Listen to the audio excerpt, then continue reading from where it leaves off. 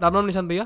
जिन लोगों को नहीं पता, निशांत भैया एक्चुअल में हरियाणवी पॉडकास्ट के होस्ट हैं और लगभग 150 से प्लस एपिसोड आज तक आ चुके हैं। आपने ने वाद वाले पॉडकास्ट पर सुना होगा और आप आज इन्हें सुन रहे हैं एनीग्रोड पॉडकास्ट पर। वेलकम एंड राम राम भैया। राम राम भाई दीपांशु, क्या हाल बढ़िया भैया। भैया आपका बहुत सारी क्लिप्स वायरल हुई हैं आज तक, मतलब बहुत छोटी छोटी क्लिप्स। आपके पॉडकास्ट तो बहुत कम लोग देखते हैं, बट आपकी जो क्लिप्स हैं ना वो वायरल हैं अच्छी खासी। मतलब आपको जी। बहुत बार देखा गया है लोकल लैंग्वेज अपनी, खासकर हरियाणा की प्रमोट करते हुए। आपने हरियाणा के जितने डायलेक्ट्स थे हरियाणवी के भी, आपने उनके बारे में बहुत अच्छी ब्रीफली बात कर रखी है। प्लस आप और भी लैंग्वेज के बारे में बात करते हो, स्पेशली नॉर्थ इंडियन लैंग्वेज के बारे में, जो कि स्टैंडर्ड हिंदी से अलग है। मेरा सही। पहला सवाल आपसे एक रहेगा सिंपल सा। जी आखिरकार अपनी लोकल लैंग्वेज में बात करना क्यों इंपॉर्टेंट है, और लोकल लैंग्वेज अपनी नेटिव लैंग्वेज इंपॉर्टेंट क्यों है जब स्टैंडर्ड हिंदी हमारे पास ऑलरेडी है? यार, इम्पोर्टेंट अब इसके ना कई पहलू हो सकते हैं। इम्पोर्टेंट क्यों है? कुछ लोग कहेंगे कि भाई मतलब this is who we are, कि यार जो हम हैं, हमारे सेल्फ अपने आप को बाकी लोग जैसे फिर वही हो जाएंगे भाई, दिल्ली वालों जैसे या बाकी शहरी लोगों जैसे। तो पहली चीज तो ये है कि अपनी सेल्फ की आइडेंटिफिकेशन। इंसान की जिंदगी में पैसे के अलावा, खाने पीने रहने सहने के अलावा भी उसकी सेल्फ की कुछ नीड्स होती हैं। एक हम्म। मैस्लो का मॉडल है बड़ा पुराना हाँ। ना, हायरार्की ऑफ नीड्स। हाँ जी, हाँ जी। तो पहले तो पेट भरता है। जब पेट भर जाए, हम्म। ठीक है, तो उसके बाद सेल्फ एस्टीम, आइडेंटिटी, इन चीजों के सवाल उत्पन्न होने लग जाते हैं। हम्म। खुशकिस्मती फॉर्चुनेटली अपने एरिया की अच्छी चीज कह रही है कि वो हम उस फेज से निकल गए अब, कि हम्म। जहाँ हमारे पेट भूखे थे हमें खाने के लिए आफ्टर ग्रीन रेवोल्यूशन। तो आइडेंटिटी का सवाल नेचुरली अब आना ही था हम्म। इस एज में, 21st सेंचुरी में हमारे सामने। तो ये भी है। अब इसलिए मेरे जैसे जो 90s में पैदा हुए उनके सामने बार बार, जैसे शहर में गए, सोनीपत गए, फिर दिल्ली आए, तो ये सवाल होता था कि हम कौन है और हमारी लैंग्वेज को इतना नेगेटिवली क्यों देखा जाता है। हम्म। चाहे वो मतलब खाली सोनीपत की नहीं, चाहे वो यूपी, वेस्ट यूपी की लैंग्वेज है, चाहे वो बागपत, शामली, मुजफ्फरनगर, कहीं की भी है, हम्म। उसको देहाती बता देते हैं हम्म। लोग कि यार ये तो देहाती है। हम्म। ठीक है, या वो एक नेगेटिव कोनोटेशन है लैंग्वेज की ना। हाँ, गवार तो बता दें। गंवार मतलब कुछ भी, हम्म। कई वर्ड है, हम्म। जब बदमाशी से उसको टैग कर देते हाँ। हैं, चाहे अनपढ़ से, गंवार से, किसी भी टाइप में। हम्म। तो पहली तो इसलिए जरूरी है क्योंकि ये अपने आप को ओन करना पड़ेगा आपको। हम्म। क्योंकि अपने से आप भाग जाओगे ना, कहीं भाग नहीं सकते जिंदगी में ट्रू। खुद से। इससे बड़ा सच कुछ नहीं है आपकी जिंदगी में, आपसे बड़ा कोई सच नहीं है। और आपको कंस्टिट्यूट क्या करती है? आपकी लैंग्वेज, आपका कल्चर। तो वही आपको एज अ पर्सन बनाती है। तो हम्म। पहले तो इसलिए बचानी जरूरी है। और कोई इकोनॉमिक, पॉलिटिकल हो, 10 रीजन हो सकते हैं, मेरे ख्याल से सबसे पहले तो यही। पंजाब हुआ, हरियाणा हुआ और वेस्टर्न यूपी हुआ, इन तीनों में हम्म। मुझे कल्चरली ज़्यादा डिफरेंस दिखता नहीं, सही बताऊँ तो। हम्म। अगर भाषा को हटा दूँ, हम्म। तो अगर जितने डायलेक्ट्स हैं, जैसे पंजाबी हुआ और ये पंजाब का डायलेक्ट्स हुआ और ये हरियाणा का डायलेक्ट्स हुआ और वेस्ट यूपी का हम्म। डायलेक्ट्स हुआ, अगर इन्हें हटा दूँ तो गांव वाला कल्चर स्पेसिफिकली मुझे बड़ा सिमिलर लगा है। Even comparing to the east part of the UP, हम बड़े सिमिलर ठीक। तीनों। हम तीनों ठीक है। तीनों स्टेट्स बड़े सिमिलर हैं। तो हिस्टोरिकली अगर मैं लैंग्वेज को हटा दूँ तो इन स्टेट्स में सिमिलैरिटीज़ ही हैं, या फिर ये एक ही स्टेट थी कभी पुराने टाइम में? यार, पुराने टाइम में एक स्टेट तो कभी नहीं रही। मतलब मैं कहूँ ना, हम्म। हिस्टोरिकली चाहे किसी भी एंगल से देख लो, किसी भी हिस्टोरिकल पॉइंट ऑफ व्यू से, तो एडमिनिस्ट्रेटिव डिवीजन अलग अलग टाइम पे रही। हम्म। अपने एरिया की बात कर ले, पंजाब की अलग आइडेंटिटी शुरू से ही रही है, मतलब मिडीवल टाइम से पहले से ही अच्छा। उसका, क्योंकि वहाँ किंगडम्स अलग टाइम में शेप हुए। हम्म। यहाँ पर क्या है, अपना जो एरिया है ना पूरा, कर्नल साहब है अपने योगेंद्र सिंह, वो भी यही बात कहते हैं। हम्म। उन्होंने 3-4 किताबें इसी रीजन पे लिख रखी है, हरियाणा के ऊपर, अच्छा। हरियाणा वेस्ट यूपी के ऊपर। तो एक ना रोटी और बेटी का रिश्ता होता है, हम्म। जो हमारे यहाँ कहते हैं कि जैसे हरियाणा यूपी में भी रोटी और बेटी का रिश्ता है, हम्म। कि शादियां होती हैं आपस में हम्म। अक्रॉस जमुना, हम्म। सोनीपत में, बागपत में, हाँ। यहाँ वहाँ आना जाना भी है। हम्म। रीति रिवाजों में अपने जैसे गांव में कुछ धर्म के अलावा जो जो ट्रेडिशन होते हैं, जैसे सबके गांव में एक खेत में होता है, दादा बना देते हैं, हाँ। उसकी पूजा करते हैं। हम्म। बाकी त्योहार है उस तरह जिस तरह से मनाते हैं। हम्म। ये जो पंजाब में रीजन है ना, पंजाब में मालवा रीजन है जो सतलुज से नीचे का है, nearly hmm. Half of modern Punjab, जो हम्म। हमारा इंडियन पंजाब है। वहां भी 100 साल पहले तक नियरली हिंदू ही लोग थे वो, हम्म। जो जाट कह लो या जट कह लो। उसके बाद वहां सिखिज्म का प्रचार प्रसार ब्रिटिश टाइम में ज्यादा फैला। ओके। सतलुज से ऊपर का जो पंजाब था, उसकी आइडेंटिटी आज भी बहुत अलग है। हम्म। पंजाब में डिवीजन देखोगे ना, हम्म। तो उसका जो सरहिंद का इलाका है, नीचे सतलुज से नीचे का एरिया है मालवे का, वो हरियाणा और इस एरिया से मिलता है। हम्म। मैं पंजाब में 4-5 बार गया हूँ, मैं ट्रैवलिंग भी करी, माझा में, मालवा में, वहाँ एक विलेज टूर पे भी रहा हफ्ते भर के। हम्म। तो गांव में बिल्कुल सिमिलरिटी है। ये आपकी बात बिल्कुल 100% सच है कि गांव का जो जीवन है, हम्म। हरियाणा, वेस्ट यूपी, पंजाब का, उसकी जो लाइफ है नियरली सिमिलर है। हाँ, एग्जैक्टली। लेकिन अब कल्चर आपने कहा लैंग्वेज तो है ही फर्क, हम्म लेकिन इस हिसाब से इसको एक स्टेट कहना, मैं इसको मुफीद नहीं मानता इस चीज को, क्योंकि हिस्टोरिकली ये एरिया अलग अलग रहे हैं हम्म सारे ना। कभी एक यूनाइटेड ये रीजन नहीं था। हम्म पहले भी जैसे वेस्ट यूपी था तो उसके कोई अलग राजा थे पुराने टाइम पे। दिल्ली, क्योंकि दिल्ली ना एक बड़ा रेडियस है, एक सेंटर है, हम्म सेंटर का जो हम जो ज्योमेट्री में पढ़ते हैं ना, हाँ तो जी। फोकल पॉइंट दिल्ली रहा है। तो हरियाणा, वेस्ट यूपी और जो जिस एरिया से आप आते हो मैं आता हूँ, वो उसके अराउंड डेवलप हुए, वो बहुत बड़ा सिटी, बहुत बड़े एम्पायर का केंद्र था। हम्म तो बाकी शहर वहां डेवलप नहीं हो पाए, छोटे मोटे जो शहर थे। हम्म लेकिन सारा जो कल्चर वहां डेवलप हुआ वो विलेजेस में डेवलप हुआ। हम्म और दूसरा एक कारण ये है कि जो लैंड रेवेन्यू सेटलमेंट है ना इस एरिया का, हाँ जी। अकबर के टाइम से जो टोडरमल ने करा, हम्म वो सारा सेम है। उसके बाद अंग्रेजों ने यहाँ तीन सिस्टम होते थे अंग्रेजों में। जमींदारी प्रथा होती थी, हम्म जमींदारी सेटलमेंट कॉर्नवालिस 1793 में करा था। फिर रैयतवाड़ी था, वो हम्म साउथ इंडिया में चलता था, डेक्कन में। हम्म और फिर यहाँ हरियाणा पंजाब के एरिया में, वेस्ट यूपी में चलता था महालवाड़ी, हम्म या एक महाल का लैंड रेवेन्यू सेटलमेंट। तो हम्म आपको नंबरदार हर गांव में मिलेंगे, हाँ वैसे ही लैंड रेवेन्यू का सिस्टम मिलेगा, खेतों का साइज उतना मिलेगा। हाँ आप, मैं एक बार उदयपुर गया था, उदयपुर में लैंड साइज बहुत अलग है। गुजरात वहां जाओगे ना, हम्म वहां खेती के तरीके अलग हैं। तो हम्म यहाँ का जीवन यापन, आपका जो केंद्र है वो कृषि है, गांव हम्म की जो विलेज रिपब्लिक है उसके अंदर। तो उसकी फिर कल्चर तो सेम होना ही है। हम्म आपका जो एडमिनिस्ट्रेटिव जो निजाम है, जो सिस्टम बना हुआ है इस एरिया का, वो सेम है।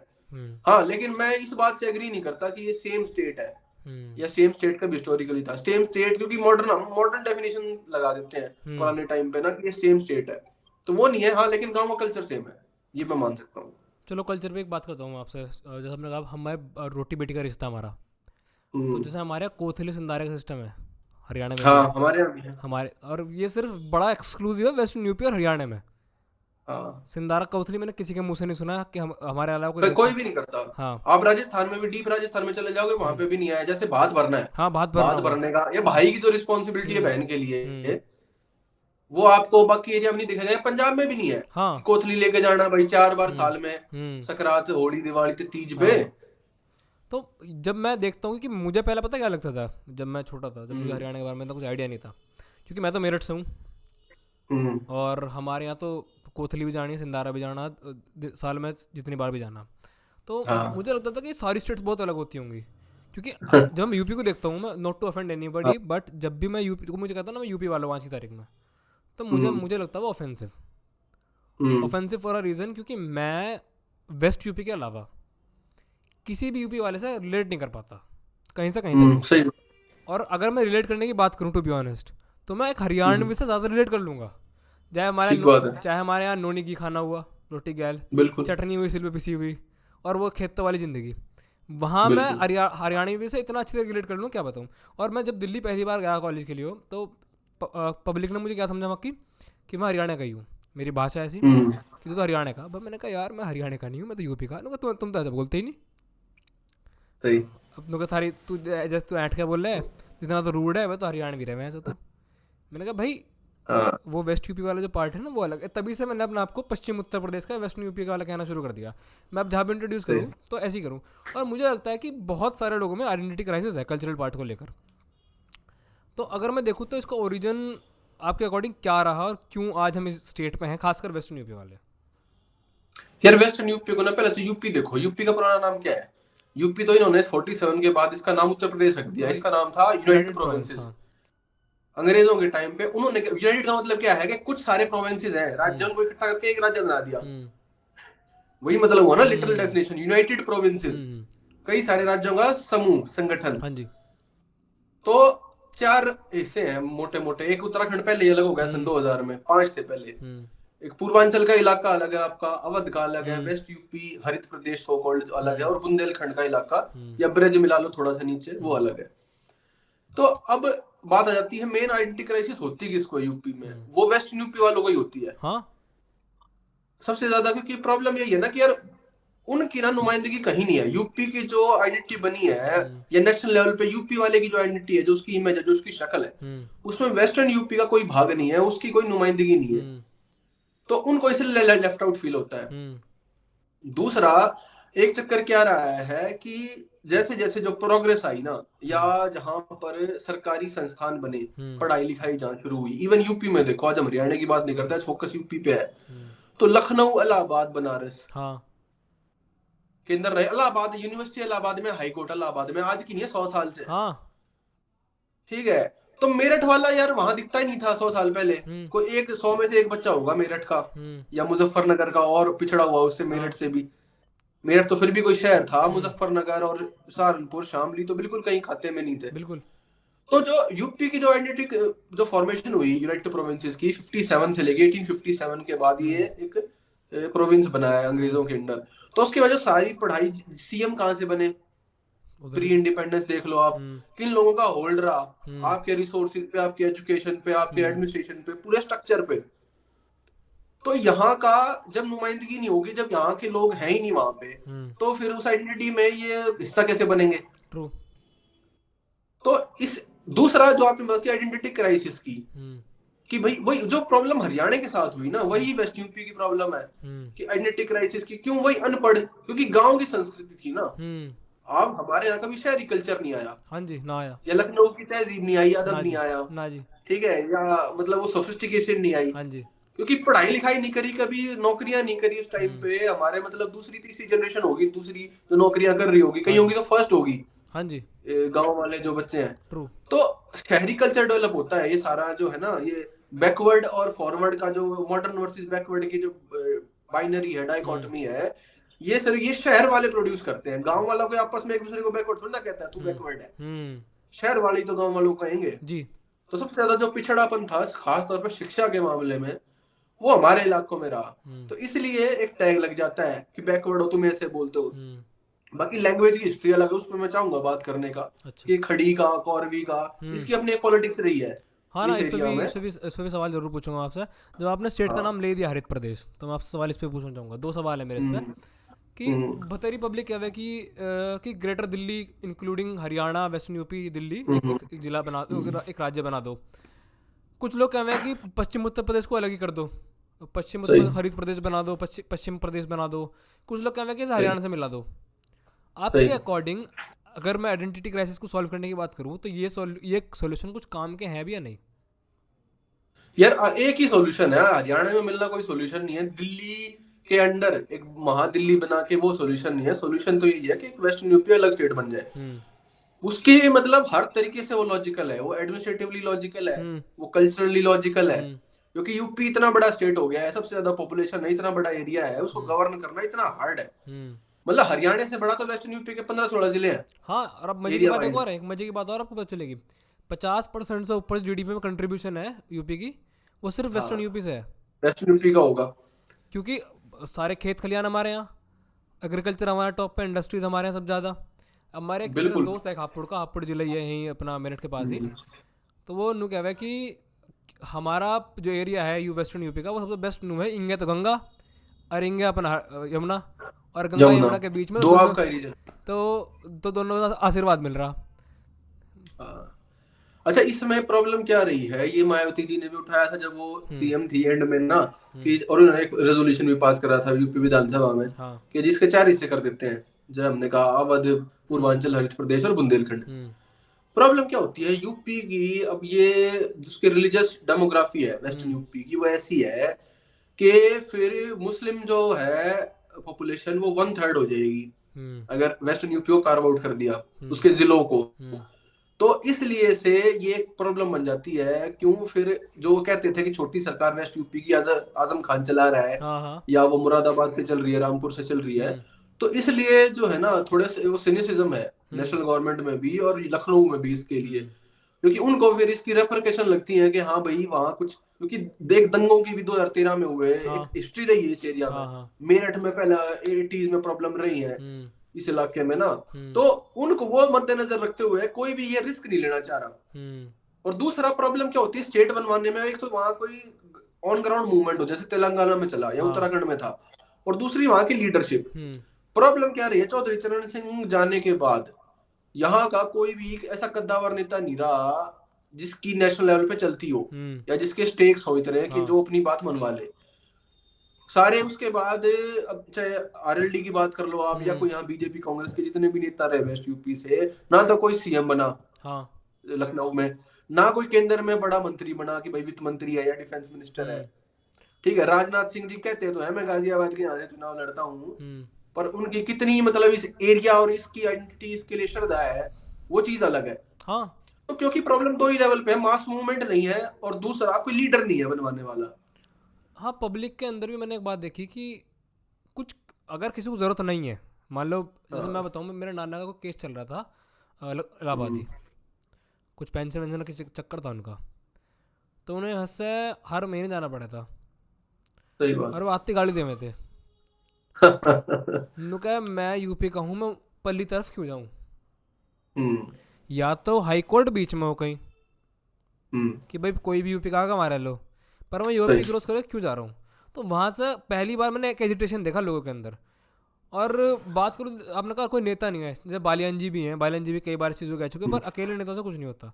और हम्म। मुझे उम्मीद थी, सही बताऊँ, टिकैत से, हम्म। मुझे टिकैत से उम्मीद थी कि भाई ये तो कुछ कर सकें, हम्म। बट इन्होंने भी बाद में जाकर अपनी राजनीति उंगली कर ली जहाँ ये किंगे के बिना रहे। हाँ। और इसी चक्कर में अब जो ये पर्टिकुलर एजुटेशन है ना कि वेस्टर्न यूपी को अलग कर दो, अलग कर दो, अलग कर दो, हाँ। ये बहुत माइनर लोगों में है, क्योंकि लोगों को फ़र्क नहीं पड़ता, सही बात। लोगों को कुछ फ़र्क नहीं पड़ता। और प्लस जो भी करंट पॉलिटिकल स्टेट है नॉर्थन इंडिया की, वो आपको पता है कितनी भेड़ चाल वाली है। सही। तो अगर एक मास मूवमेंट क्रिएट भी कर दे, जैसा आज हम लोग बात कर रहे हैं, यहाँ से 4 लोगों में बात हम्म। भी पहुँचे, तो वो आज सुनकर आज ही ख़त्म है। आपको एग्जांपल देता हूँ मैं इस बात का। अभी रिसेंटली जो भारतीय न्याय संहिता आई है, उसमें हम्म। कुछ कुछ लॉज ऐसे हैं जो कि बहुत एंटी मैन है। हम्म। और जैसे एक शायद जो उसका सेक्शन 85 से लेकर 86 तक का है, वो डोमेस्टिक वायलेंस पर हम्म। सेक्शन है। अब उस सेक्शन में अच्छा। पर्टिकुलरली इन्होंने एक नई चीज़ ऐड कर दी कि हम्म। डोमेस्टिक वायलेंस में मेंटल हरासमेंट भी काउंट होगी। अच्छा। और मजे की बात ये होगी, पूरे डॉक्यूमेंट में कहीं भी मेंटल हरासमेंट है क्या चीज़ वो डिफाइन नहीं कर रखा। डिफाइन नहीं कर रखा होगा। अब कोर्ट के ऊपर छोड़ दिया। अब अगर किसी को केस करना हो मुझे किसी पे भी, तो कुछ भी क्या कर दे। और ना ही वो हम्म। लॉ जेंडर न्यूट्रल है। सही। तो मेरा इनिशियली एक पॉडकास्ट बड़ा बूम हुआ था, वो ज्योति पांडे जी एक, उनके साथ एक पॉडकास्ट था हाँ, वो मेरा। मैन वाला मैंने देखी थी हाँ क्लिप उसकी ना। हाँ। तो उनके साथ मेरी बात हुई इस बारे में, तो उन्होंने कहा वो अभी इस पर आंदोलन कर रही है वैसे। हम्म। एक और लॉ आया इसके साथ, लॉ नंबर 69। उसमें क्या है कि शादी का वादा करके अगर आप सेक्स कर रहे हो, तो वो आप अगर कंसेंट भी है हाँ। तो वो रेप में काउंट होगा। तो उस पर भी वो फिलहाल लगाऊं तो। प्रोटेस्ट भी कर रही हैं। तो मैं इस बात को लेकर बड़ा विडंबना में था कि इतने बड़े 2 लॉ आ गए हम्म। जिसमें आपके अगेंस्ट कोई भी महिला ऐसे करके केस लगा दी कि आपका परिवार भी अंदर जाएगा, आप भी अंदर जाओगे। यहाँ हम्म। आज की तारीख में लोगों को फिर भी एक जू नहीं चल रही सिर में कि करें क्या। मैंने एक वीडियो पोस्ट कर दी थी, मैं आपको बताऊँ, उसमें कमेंट पता है क्या आया? मोदी जी सोच समझ के कर रहे हैं ताकि पॉपुलेशन कंट्रोल हो। मैं कहा यार क्या होगा इस देश का। तो ये जो ये पता है क्या है, ये जो चक्कर है ना, मैं अब कल परसों एक जर्नलिस्ट है हरियाणा के, उनसे भी बात कर रहा था हरियाणा इलेक्शन पे। हम्म। मैंने कहा सर ये हम क्या दिख रहा है आगे हरियाणा में, इतनी हाँ। बेरोजगारी हो गई है, ड्रग्स है, लोग बाहर भाग रहे हैं हम्म। इलीगली, हम्म। तो ये क्या भविष्य दिख रहा है। हम्म। मैं कहा कुछ हो, ये कॉन्शियसनेस है लोगों में जो हाँ आपने हाँ। बात करी।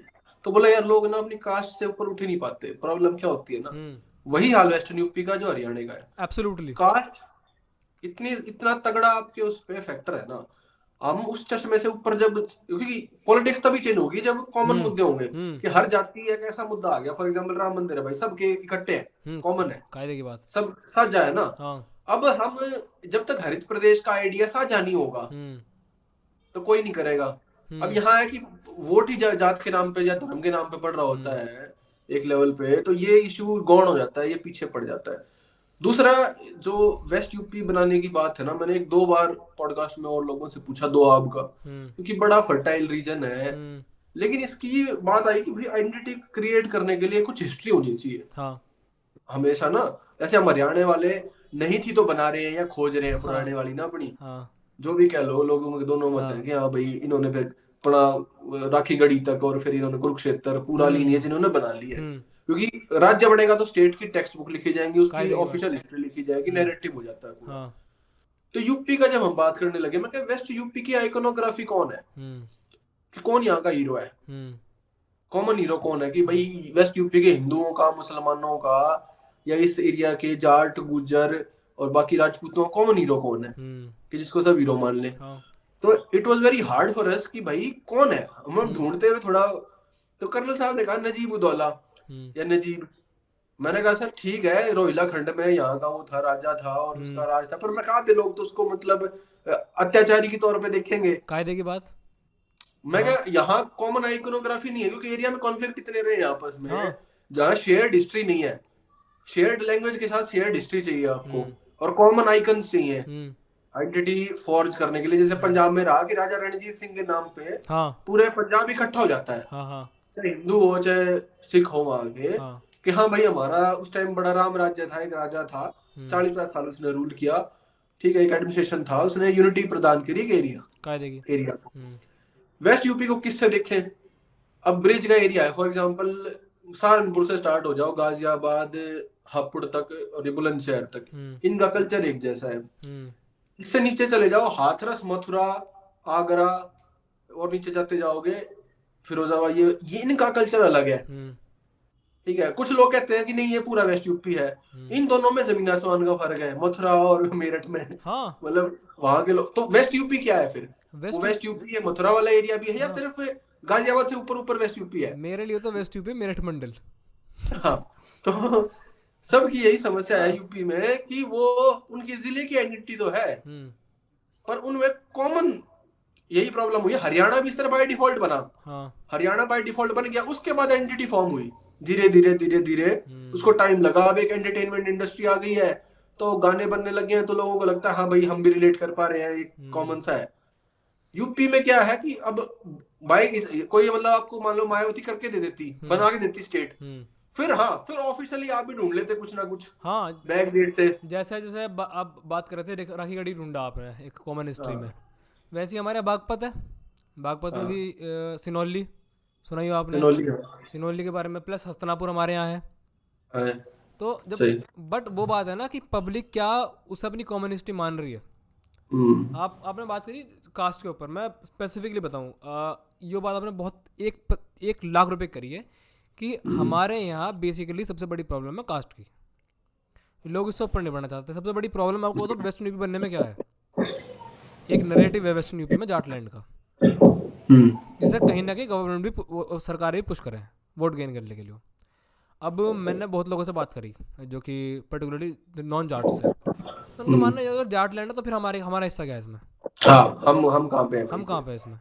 बट अगर मैं थोड़ा दूर जाऊँ वेस्ट यूपी में, मथुरा को भी जोड़ लूँ, हम्म। तो वीर जाट हुआ वहाँ के हाँ, कॉमन। गोकुला जाट वगैरह वहीं हाँ हुए गोकुल हैं। जाट हुए, वो बड़े बहुत कॉमन, वो अगर ऐसे लोग हैं तो वो कॉमन हिंदूज में ही रह सकते हैं। हाँ फिर आगे ये मुस्लिम अपने आपको आउटकास्ट समझेंगे यहाँ से। हाँ। तो ये जो पर्टिकुलर जो आपने बात करी ना, ये आज मुझे रियल प्रॉब्लम समझ में आई कि ऐसा क्यों नहीं हो सकता, कि बड़ी सबसे बड़ी प्रॉब्लम है क्या।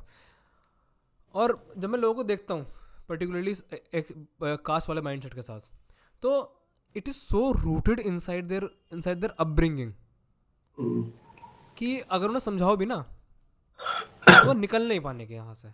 और even it is more of a cultural thing to be honest, मुझे जैसा लगता है। जैसे अपनी बात करूँ, मैं अभी थोड़े दिन पहले ऐसी शादी के ऊपर बात चली थी मेरे घर वालों की, तो मैंने कहा कि ज़रूरी थोड़ा ना कास्ट में करो शादी, जितना डिस्टेंस हो सके बेटर जेनेटिक्स। तो उन्होंने कहा जैसे सिस्टम चलता रहा वैसे सिस्टम चलेगा। मैंने पूछा रीज़न तो होगा कुछ, ऐसे पीछे ऐसे चलता रहा। मैंने कहा सही। सेम जेनेटिक्स आसपास रीजन में, सेम आसपास रीजन में सेम जेनेटिक्स पिछले कई सालों से चलते आ रहे हैं। ये हम्म। पता चला तुम 4 10 5 फीट पीछे जा रहे हो, तुम्हारे भाई बहन निकल रहे हैं कहीं से। तो कह रहे तुझे नहीं पता, तू पढ़ लिया जा, तुझे नहीं पता। और जब मैंने मतलब लिटरली इस चीज़ को रूटली समझा कि एक बच्चे को जैसे ब्रिंगिंग करा जाता है ना, तो उसे उसकी नाम की आइडेंटिटी या फिर उसको बाप की आइडेंटिटी बाद में दी जाएगी, पहले उसकी कास्ट की आइडेंटिटी उसकी छाती पर रख दी जाएगी। अभी बिल्कुल। एक छोटा सा बच्चे की वीडियो देख रहा था मैं कई दिनों से इंस्टाग्राम पे, हम्म और और उस बच्चे के अंदर वो एक पर्टिकुलर सेंस ऑफ जो मैं बताना चाह रहा हूँ कास्ट के रिलेटेड, बहुत बुरी तरीके से हो रखा है उसके अंदर। और मुझे इस चीज़ से प्रॉब्लम नहीं है, बट मैं सोच रहा हूँ इस बच्चे का जीवन इस गांव से और इस पर्टिकुलर माइंडसेट से कभी बाहर नहीं निकल पाने का अब, सही। क्योंकि वो मुश्किल 3 4 साल का होगा। सारी वीडियो ये वाली हैं। हम्म। अब क्योंकि मैं एक साइकोलॉजी स्टूडेंट भी हूँ मैं, तो जब मैं क्योंकि मैं न्यू फ्राइडन स्कूल में मानता हूँ, तो मेरा मानना है कि जितने भी तुम्हारी बेसिकली एज एन एडल्ट तुम्हारे जितने आइडियाज़ हैं वो तुम्हारे बचपन में आ जाएंगे, चाहे तुम्हारे बिलीव्स हों। तो जब मैं इन बच्चों को देखता हूँ जो कि 5 6 10 साल से नीचे हैं, जिनके अंदर the only thing for pride is their caste और पर्टिकुलर रीजन, तो मुझे बड़ा बुरा लगता है। हम्म। क्योंकि according to one of my studies जो मैंने देखी है, जिन लोगों के अंदर ऑलरेडी प्राइड पहले से हो किसी चीज़ के लिए, वो ज़िंदगी में कुछ बड़ा कर नहीं पाते, क्योंकि उन्होंने ऑलरेडी उसे आउटसोर्स कर दिया। हम्म। ऑलरेडी उन्होंने आउटसोर्स कर दिया कि भाई देखो मैं तो वो हूँ, तो मुझे अब कुछ करने की ज़रूरत ही नहीं। जरूरत नहीं है। हाँ, तो ये कास्ट वाला एंगल तो बहुत सही आपने मुझे बात बताई। बिल्कुल। और मतलब यही है, ये हरियाणा का भी दुख है, हम्म। खाली वेस्ट यूपी का नहीं। हम्म। क्योंकि ये जो सोसाइटी रही है ना, ग्रामीण सोसाइटी, हम्म। यहाँ कल्चर, शहर का कल्चर डेवलप नहीं हुआ, हम्म। शहर की इकोनोग्राफी। क्योंकि देखो, जैसे आप कहते हैं कि भाई आपके यहाँ खाना कैसा है, हम्म। अब गाँव वाला खाना है। हम्म। क्योंकि हमारे यहाँ कोई सोफिस्टिकेटेड कुजीन भी नहीं है, लखनऊ हाँ के कोई मतलब टुंडे हाँ। कबाब ये वो, या जैसे पंजाबियों के होते हैं भाई छोले कुलचे या छोले मतलब इस टाइप के पराठे हम्म। तंदूरी ये वो।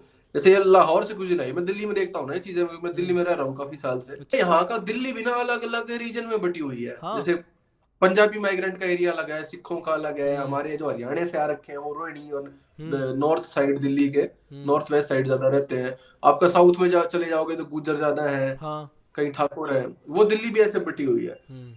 तो ये जो क्यूजीन डेवलप होने वाली चीज है, कल्चर डेवलप होने वाला है, इसमें क्यूजीन भी एक बड़ा इंपॉर्टेंट हिस्सा ट्रू है, ट्रू, खाना पीना। एब्सोल्युटली। तो मैं सोचता था, मम्मी से पूछता था, मैं कहा यार हमारे आड़े जो है मतलब हमने बस ये है कि दाल रोटी खाए हैं या हरा साग बना लिया, हाँ इसके आगे मैं कहा हमने क्यों इनोवेशन नहीं की। हाँ। तो बोली टाइम ही नहीं था। लास्ट जनरेशन तक तो मतलब वही था कि बस घर का काम खत्म हो जाए। हाँ जो आज भी खेत में काम करने, हाँ, किसके पास टाइम था। कायदे की बात ये है। तो है कि जिनके पेट भरे हुए हैं, जिनके हम्म। जो पढ़े लिखे हैं, जिनके पास टाइम है घर में, या औरतें जो फ्री है, कि हम्म। जिसका हस्बैंड बाहर दुकान पे बैठा है या काम कर रहा है हम्म। प्रोफेशनल कुछ शहर में, और उसके पास घर पे टाइम है हम्म। कि बच्चे स्कूल चले गए, या बच्चे तो अपने पास 5 6 घंटे दिन में बचे हैं, ये वहां से कल्चर चीजें, सोफिस्टिकेटेड चीजें डेवलप होती हैं आपकी। ऐसी ही लैंग्वेज डेवलप होती है, ऐसी क्यूजिन डेवलप होती है, हम्म। ऐसी आर्ट डेवलप होती है, ऐसी किताबें वही लिखेगा जिसके पास टाइम है। हाँ ये सब ये प्लेजर बेस्ड काम है सारा आर्ट। हाँ। नहीं वो जैसा। मैस्लो की नीड वाली चीज है कि हमारी तो प्रॉब्लम यही है कि वो पहले बेसिक नीड पूरी नहीं हो रही थी, बेसिक नीड अब पूरी हुई है हम्म। लास्ट जनरेशन के साथ हमारे माँ बाप की। हम्म। तो हम हैं कि जहाँ जो हम मतलब हमारे पास वो प्लेजर है या इतना लेजर है कि हम फोकस कर सकते हैं आर्ट पे या पॉडकास्ट बनाने पे हाँ। या इस चीज पे, क्योंकि हमारे पास चल ठीक है, हमारा मतलब खाने पीने की दिक्कत नहीं है, हम गुजारा हो जाएगा। हम बात कर पा रहे हैं। हम पहले लोगों, मैं ये हम्म। तो कह रहा हूँ कि अगर एक गरीब आदमी के पास जाओ और उससे पूछो कि एक यूएस में जेंडर के रिगार्डिंग इतनी बकचोदी चल रही है आज, क्या उसे क्या फर्क पड़ रहा है? उसे दो टाइम की फर्क पड़ रोटी, रहा है। उसे 2 टाइम की रोटी मिल जाए वही बतेरा। और अब हाँ। अगर मैं क्यूजिन की बात करूँ, मैं अच्छा खासा एक कुक भी हूँ। तो मैं अच्छा। तो जब मैं स्पेसिफिकली जब मैं खाना बनाना स्टार्ट करा, तो मैं मम्मी को मैंने मम्मी से एक दिन पूछी थी बात कि हमारे यहाँ क्या क्या बना है। हम्म। तो बस रोटी के अलावा, रोटी में वेरिएशन के अलावा कभी बाजरे की बना ली, कभी बाजरे की, हाँ, कभी मेथी डाल दी, कभी वो कभी डाल दिया। मक्की की बना दी। तो उसके अलावा सब्जी तो वही सादी हमारे यहाँ। तो मुझे बड़ा समझ में आया कि यार हाँ। हमारा कुछ तो बड़ा बड़ा बेसिक है। हाँ। हम इतने संतुष्ट लोग हैं कि अगर तुम हमें लहसुन प्याज पीस के दे दो सिल पे, हाँ, वो भी उससे खा लेंगे। उससे भी हम ऐसा खा लेंगे कि मज़ा आ गया। बस। अब जैसे हमारे यहाँ गर्मियों में उसकी कच्चे आम की चटनी बनाए, हम्म। कैरी की चटनी, जो बता रिपब्लिक। मैं एक दिन दिल्ली जब जा रहा था यहाँ से, तो गड़ते में पैक करा के ले गया। मैं कहा आम की चटनी खाऊँ तुम्हें? तो कहा आम की चटनी? मैं कहा नोनी घी के साथ बड़ी बढ़िया लगे है। सही। मैं नोनी घी, मैं कहा white hmm. White butter white butter. तो मुझे बड़ा लगा कि यार हमारा क्विज़न सही में बेसिक है, क्योंकि बिफोर अ सर्टेन टाइम हमारे पास तो सबसे पहले हमारा फुलफिलमेंट ये था कि भाई पहले पेट भर जा, ये बालक पल जा और ये कुछ कर ले, सही। और सही। जब ये हो जाएगा तब देखें। अब हमारे पास क्योंकि वो फुलफिल हो रही है, तो हम सोच रहे हैं ओ माय गॉड यार हमारी तो भाषा भी थी एक, हाँ। हमारा तो कल्चर भी था एक क्विजीन भी था, उस पर सही। कौन बात करेगा। और अब देख लो ना, हमारे यहाँ जाडो में सांदा बना है सब ज़्यादातर, अब सांदा और मीठा बना है, तो वो भी कितना हाँ। बेसिक है। जो चूरमा बजारे का चूरमा बना है, तो सही। कितना कितना बेसिक है कि शक्कर में अपना घी घेर दिया और टिक्कड़ को क्या नाम जी के चूर का उसे बना के पूरा दिया, यहाँ का किस दिया। और वो बन गया। और वो ताक मतलब वो सही। पब्लिक क्या क्या डाले खा रही है, हम उसमें भी संतुष्ट हाँ, हैं, हम उसमें भी कह रहे हैं हम इसमें भी शरीर बना लेंगे। तो सही सही। हमने सादगी में भी वो निकाल लिया कि हमें फुलफिलमेंट कहाँ चाहिए। बिल्कुल। तो ये है ही, और आजकल पॉपुलर भी इसी वजह से हो रहा है, क्योंकि अब देखो जैसे अब मैं, इसकी भी केस स्टडी है। हाँ अगर आपने देखा हो इंस्टाग्राम पे, अंकित भैयापुरिया जैसे हाँ फेमस हाँ हुआ, हाँ या एक लड़का है राहुल धांधलानिया, हाँ, उसके बारे मेजर में बात साइड करने वाला था, चूरमा बॉय। का।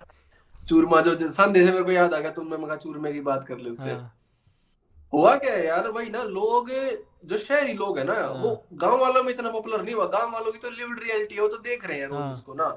जो कस्बे में आगे, जो शहर में आगे, जो हमारी जनरेशन जो हाँ वही है, जो उसका हिस्सा नहीं रही उस कल्चर का ना। और बिल्कुल जो शहरी कल्चर है वो उसकी भी हिस्सा नहीं है, क्योंकि हमारे माँ बाप कोई 200 साल से तो शहर में नहीं रह रहे, उनकी कायदे तरह, की या बात। 2 जनरेशन की वो जो पैदा भी शहर में हुए। हाँ तो हम बीच में है, हाँ ब्रिज है इसका और उसका। तो हम ये यार, मैं कहा यार, ये तो ऐसी लाइफ होनी चाहिए साला। हम कहाँ पड़े हुए छोटे छोटे कमरों में, छोटे छोटे घरों में। लाइफ तो ये होती है, इस तरह जिया जाता है।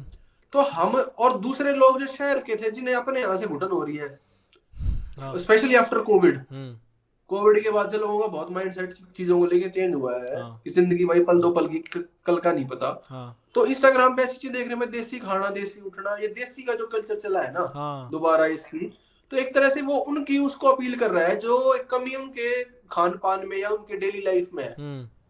तो इसलिए, वरना ऐसा थोड़ी ना, अंकित भैयापुरिया जैसे लोग तो 50 साल पहले, 100 साल पहले हाँ हरियाणा में हर गांव में हर घर में थे, हाँ आज भी हैं।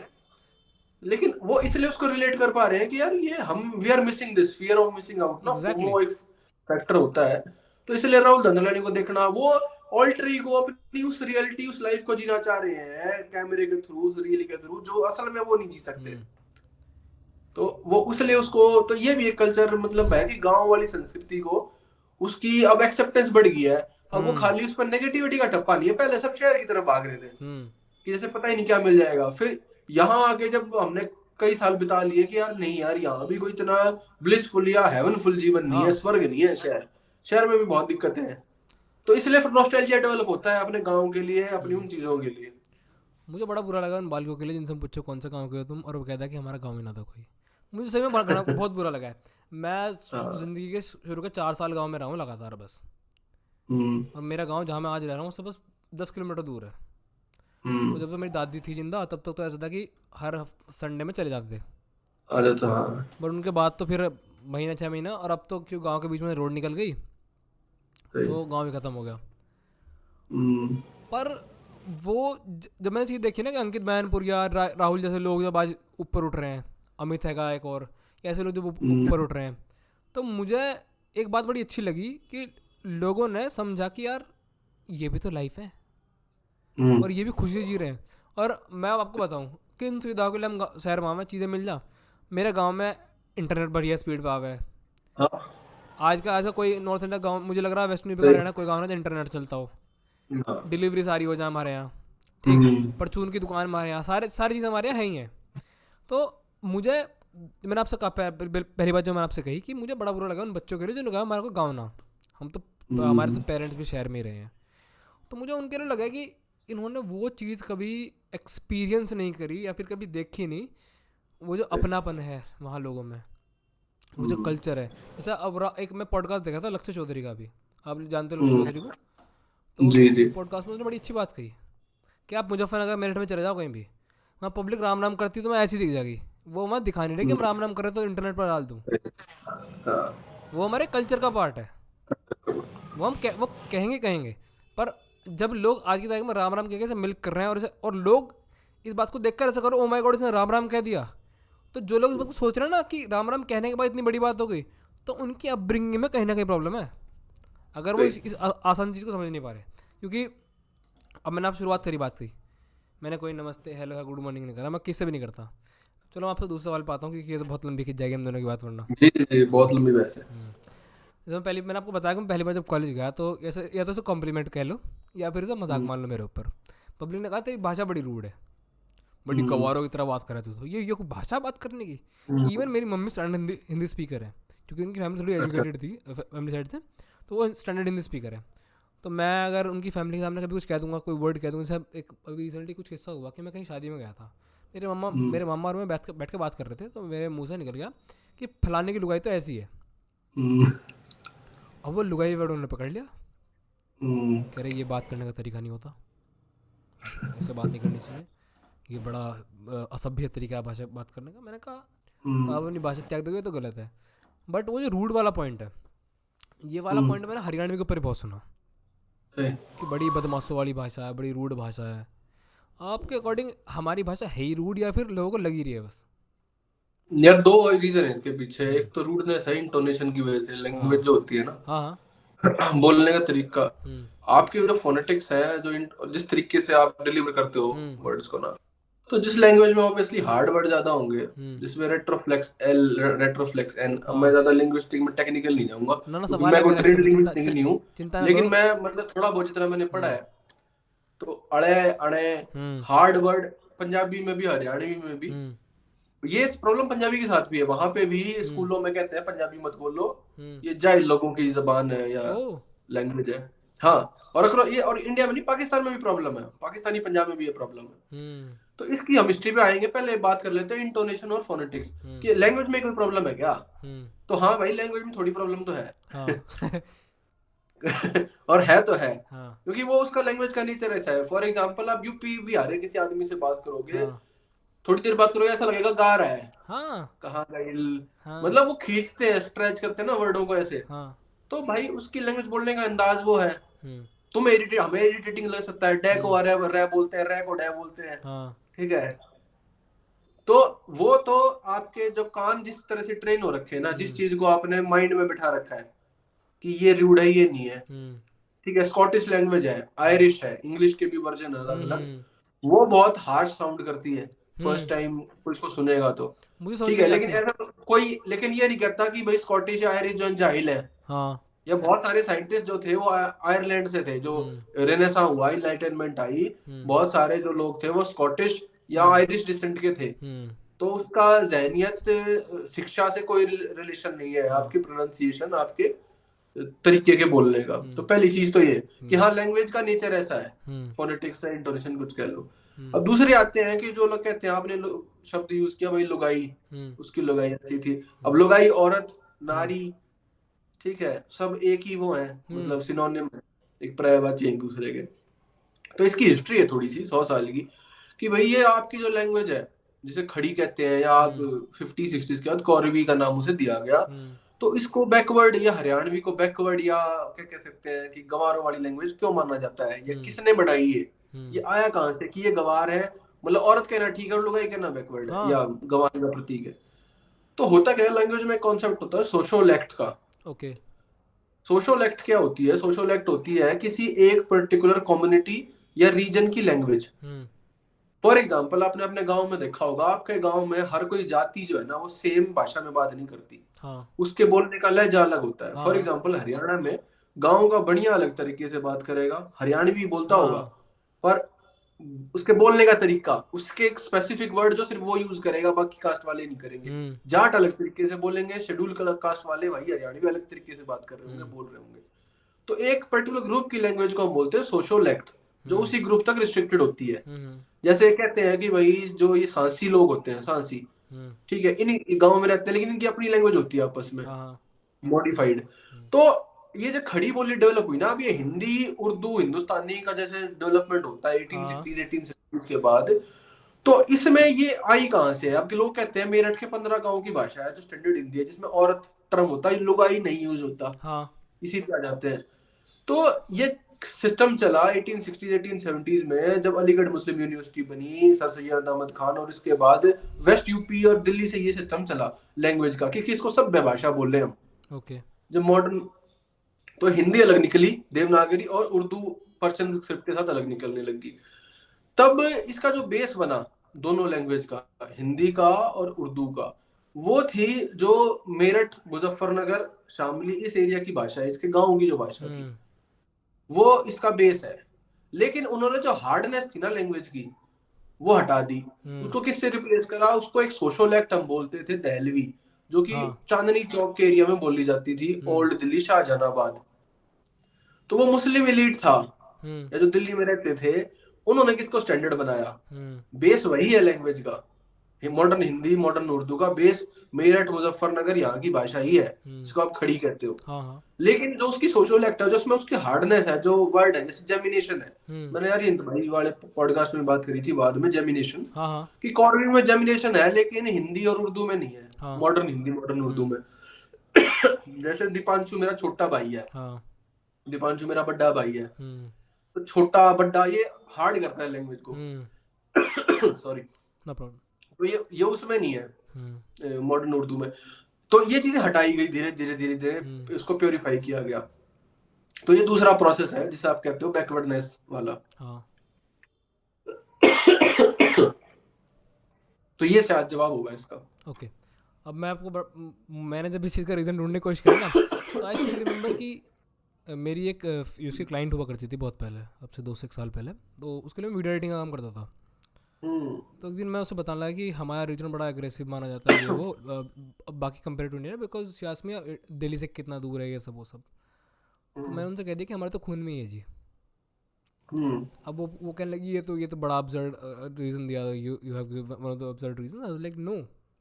मैंने कहा हमारा जो एरिया है वो डिमोनिक माना जाता है एंशिएंट टाइम पे, कि रावण की ससुराल हुई, और यहाँ पे तो जब श्रवण कुमार अपने माता पिता को लेकर आया था तो वो यहीं ढह हो गया था कि ये यहाँ दानव रहा करते थे। तो मैंने कहा था हमारे ब्लड में ऐसा है। बट जो एनोटेशन वाली आपने बात करी, मैं मानता हूँ इस बात को कि लैंग्वेज जो डिफरेंस हम लाए हैं कि ये वर्ड सही है ये वर्ड गलत है, ये बहुत एक सोशो कंस्ट्रक्ट ही है मेरे हिसाब से। बिल्कुल। जैसे अभी रिसेंटली अभी एक नया कॉन्स्ट्रक्ट चला है, मैं आपको बताता हूँ। औरत जो वर्ड है हम्म वो अरबिक में और अदर इन सम सिमिलर जो इस्लामिक एक्सेप्टेंस वाले देश हुए हैं, अभी अभी जैसे इंडोनेशिया हुआ, वहाँ पे औरत का मतलब वजाइना होता है। अच्छा। हाँ। तो अभी किसी पर्टिकुलर राइट विंग के पेज ने इस चीज़ को डाल दिया कि जो वर्ड आप औरत यूज़ करते हैं इसको इतना बुरा मतलब है।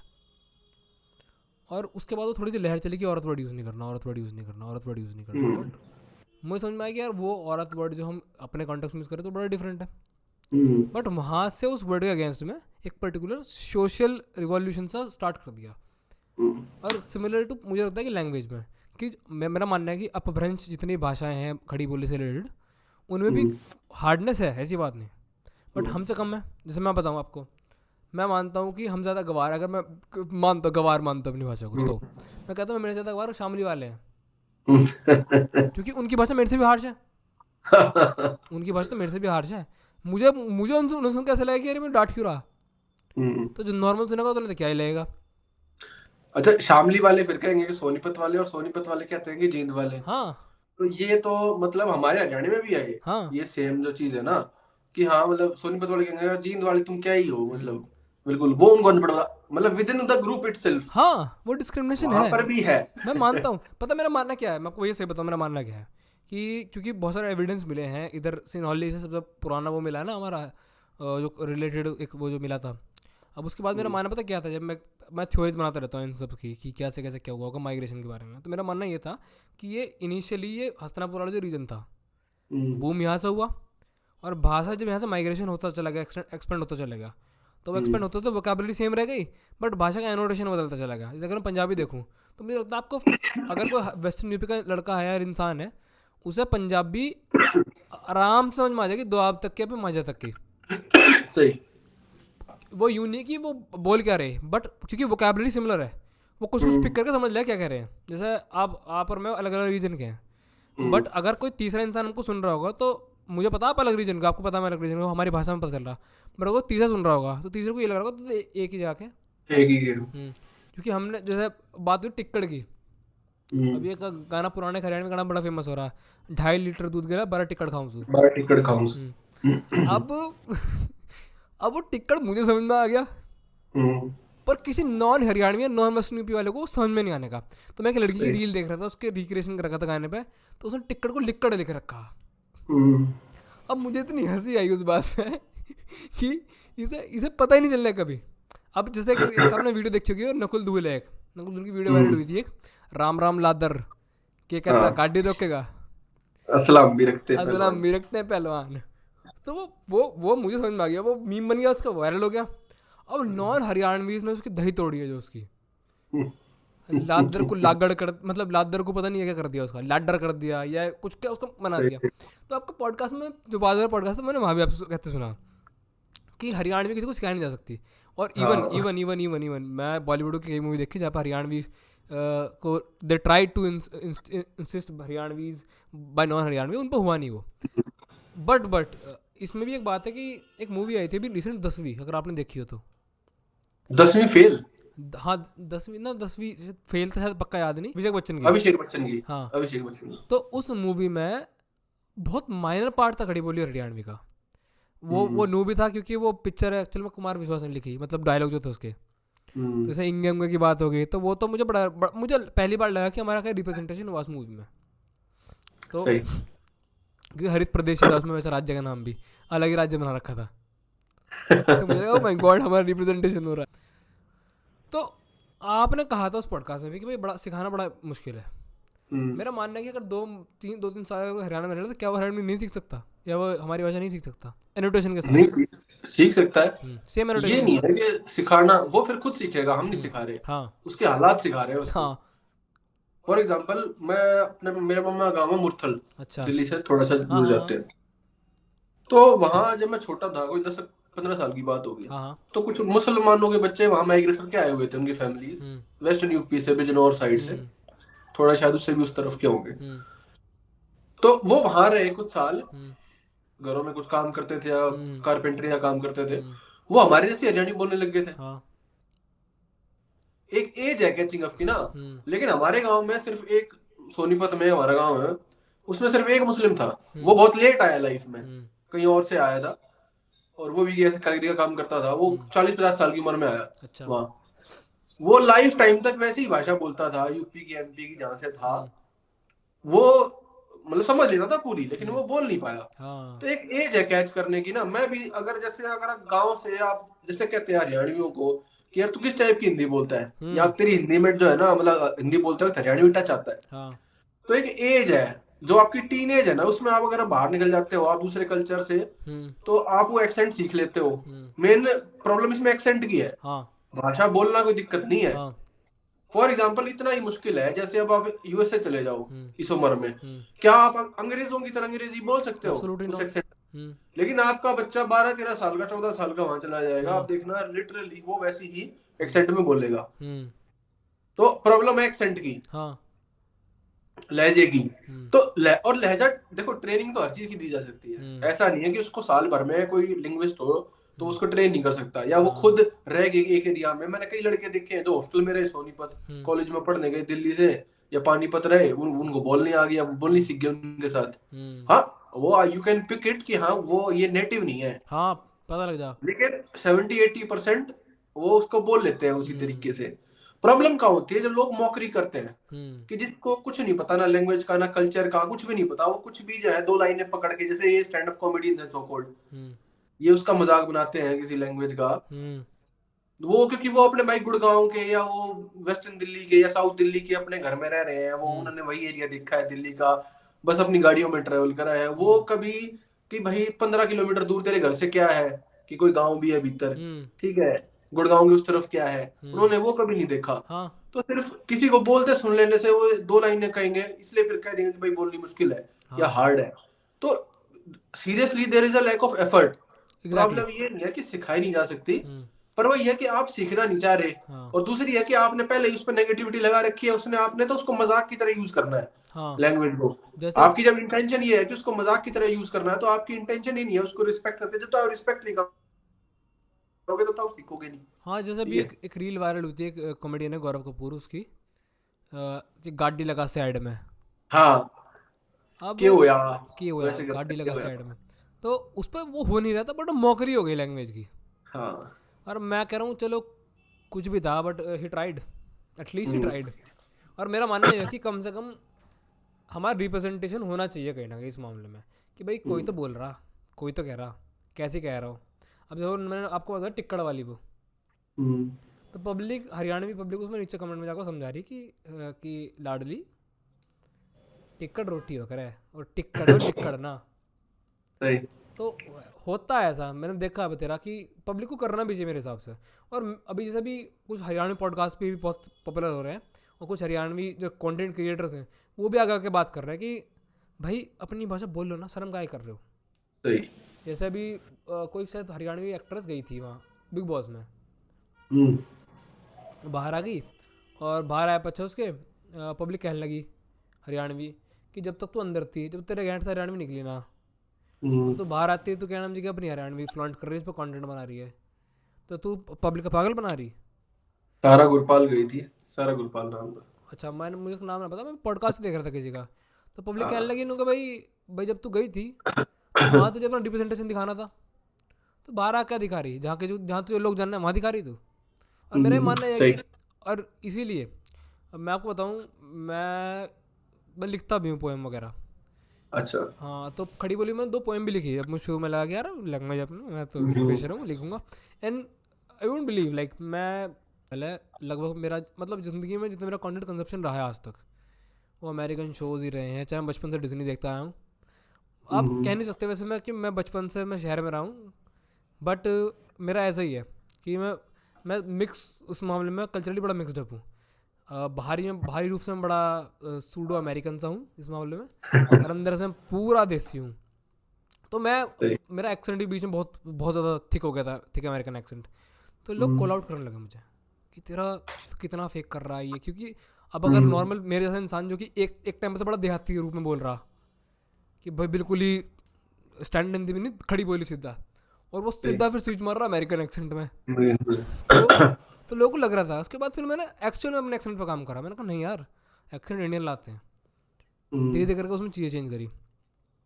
और अब मैं देखता भी हूँ कि रीजनल लैंग्वेजेस और रीजनल सॉन्ग्स स्पेशली बड़े उठ रहे हैं। अगर मैं बात करूँ, हमारे रीजन में एक बड़ा एक्टर बड़ा कॉमन है, उत्तम कुमार। उत्तम कुमार। हाँ, धाकड़ छोरा। धाकड़ चोरा है, वेस्टर्न यूपी और हरियाणा में तो बड़ा कॉमन है। और क्योंकि बहुत सारी शूटिंग तो मेरठ में करी हैं, तो मुझे जब पहले तो मुझे लगता था कि हम अलग नहीं हैं, सही बताऊँ आपको। पर जब आगे थोड़ा सा आगे बढ़े और मुझे थोड़ा इंटरनेट से एक्सप्लोरेशन हुआ, बड़ा हुआ, 10 साल का हुआ, इंटरनेट पहली बार कंज्यूम करना शुरू करा, हरियाणा को समझा इन जनरल, तो पता चला लोग तो हरियाणवी कह रहे हैं। और फिर मैं पब्लिक से लड़ने लगा इंटरनेट पे जाकर, ये तो हरियाणवी नहीं है, तो हमारे हक की है, हमारे हक की है। जैसे वो मूवी, इसके अलावा भी जो ताऊ बहरा की थे सीरीज़ थी, शेख चिल्ली हुआ, ताऊ बहरा, वो भी सब वेस्टर्न यूपी की है। हाँ, तो बड़ा क्योंकि सिमिलर सा ही है। तो वहाँ से मुझे पता चला कि यार इंडस्ट्री तो हमारी सिमिलर ही है, बट कि प्रमोशन वहाँ से हो रहा है, तो वो सही अच्छी बात है। और मैं देखता हूँ आजकल हरियाणवी गाने बड़े मेन स्ट्रीम हो रहे हैं धीरे धीरे।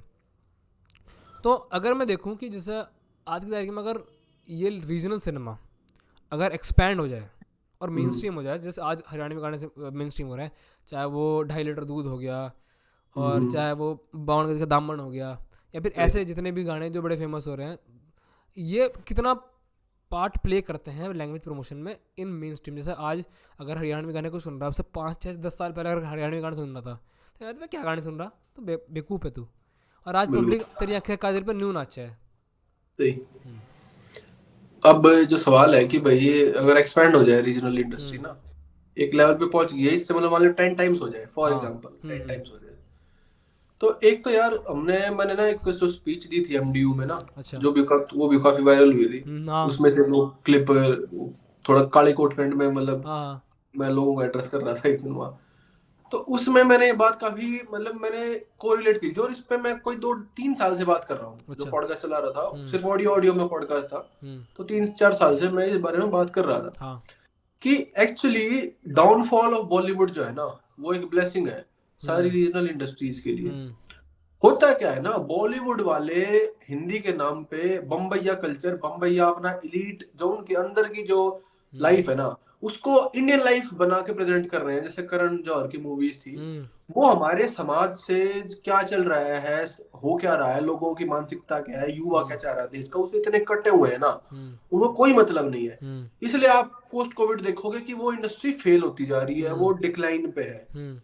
बॉलीवुड में कोई भी गाना नहीं चल रहा ओरिजिनल उनका बनाया हुआ, या तो पंजाबी से लिफ्ट करते हैं हर गाना, या हरियाणवी कुछ उठा लिया, या कहीं लोकल से ले लिया, ठीक है, क्योंकि ओरिजिनल क्रिएटिविटी उनकी इस टाइप में चल रही है।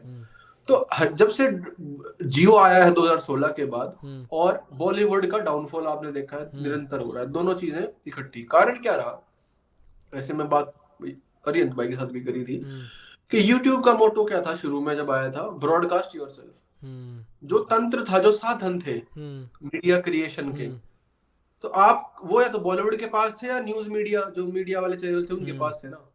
अब आपको मेरे को हरियाणा पे कोई कंटेंट देखना है, या हम्म, आपका पॉडकास्ट देखना है, मेरा पॉडकास्ट, या भैया नरेंद्र भाई का पॉडकास्ट हाँ देखना है, तो किसी की जानकारी चाहिए बॉलीवुड में, हम्म या किसी बड़े मीडिया न्यूज चैनल पे, कि डीडी न्यूज पे या स्टार न्यूज पे, कि हम्म उसका प्रोग्राम आया 8 बजे। हाँ वो सब बंदिशें टूट गई।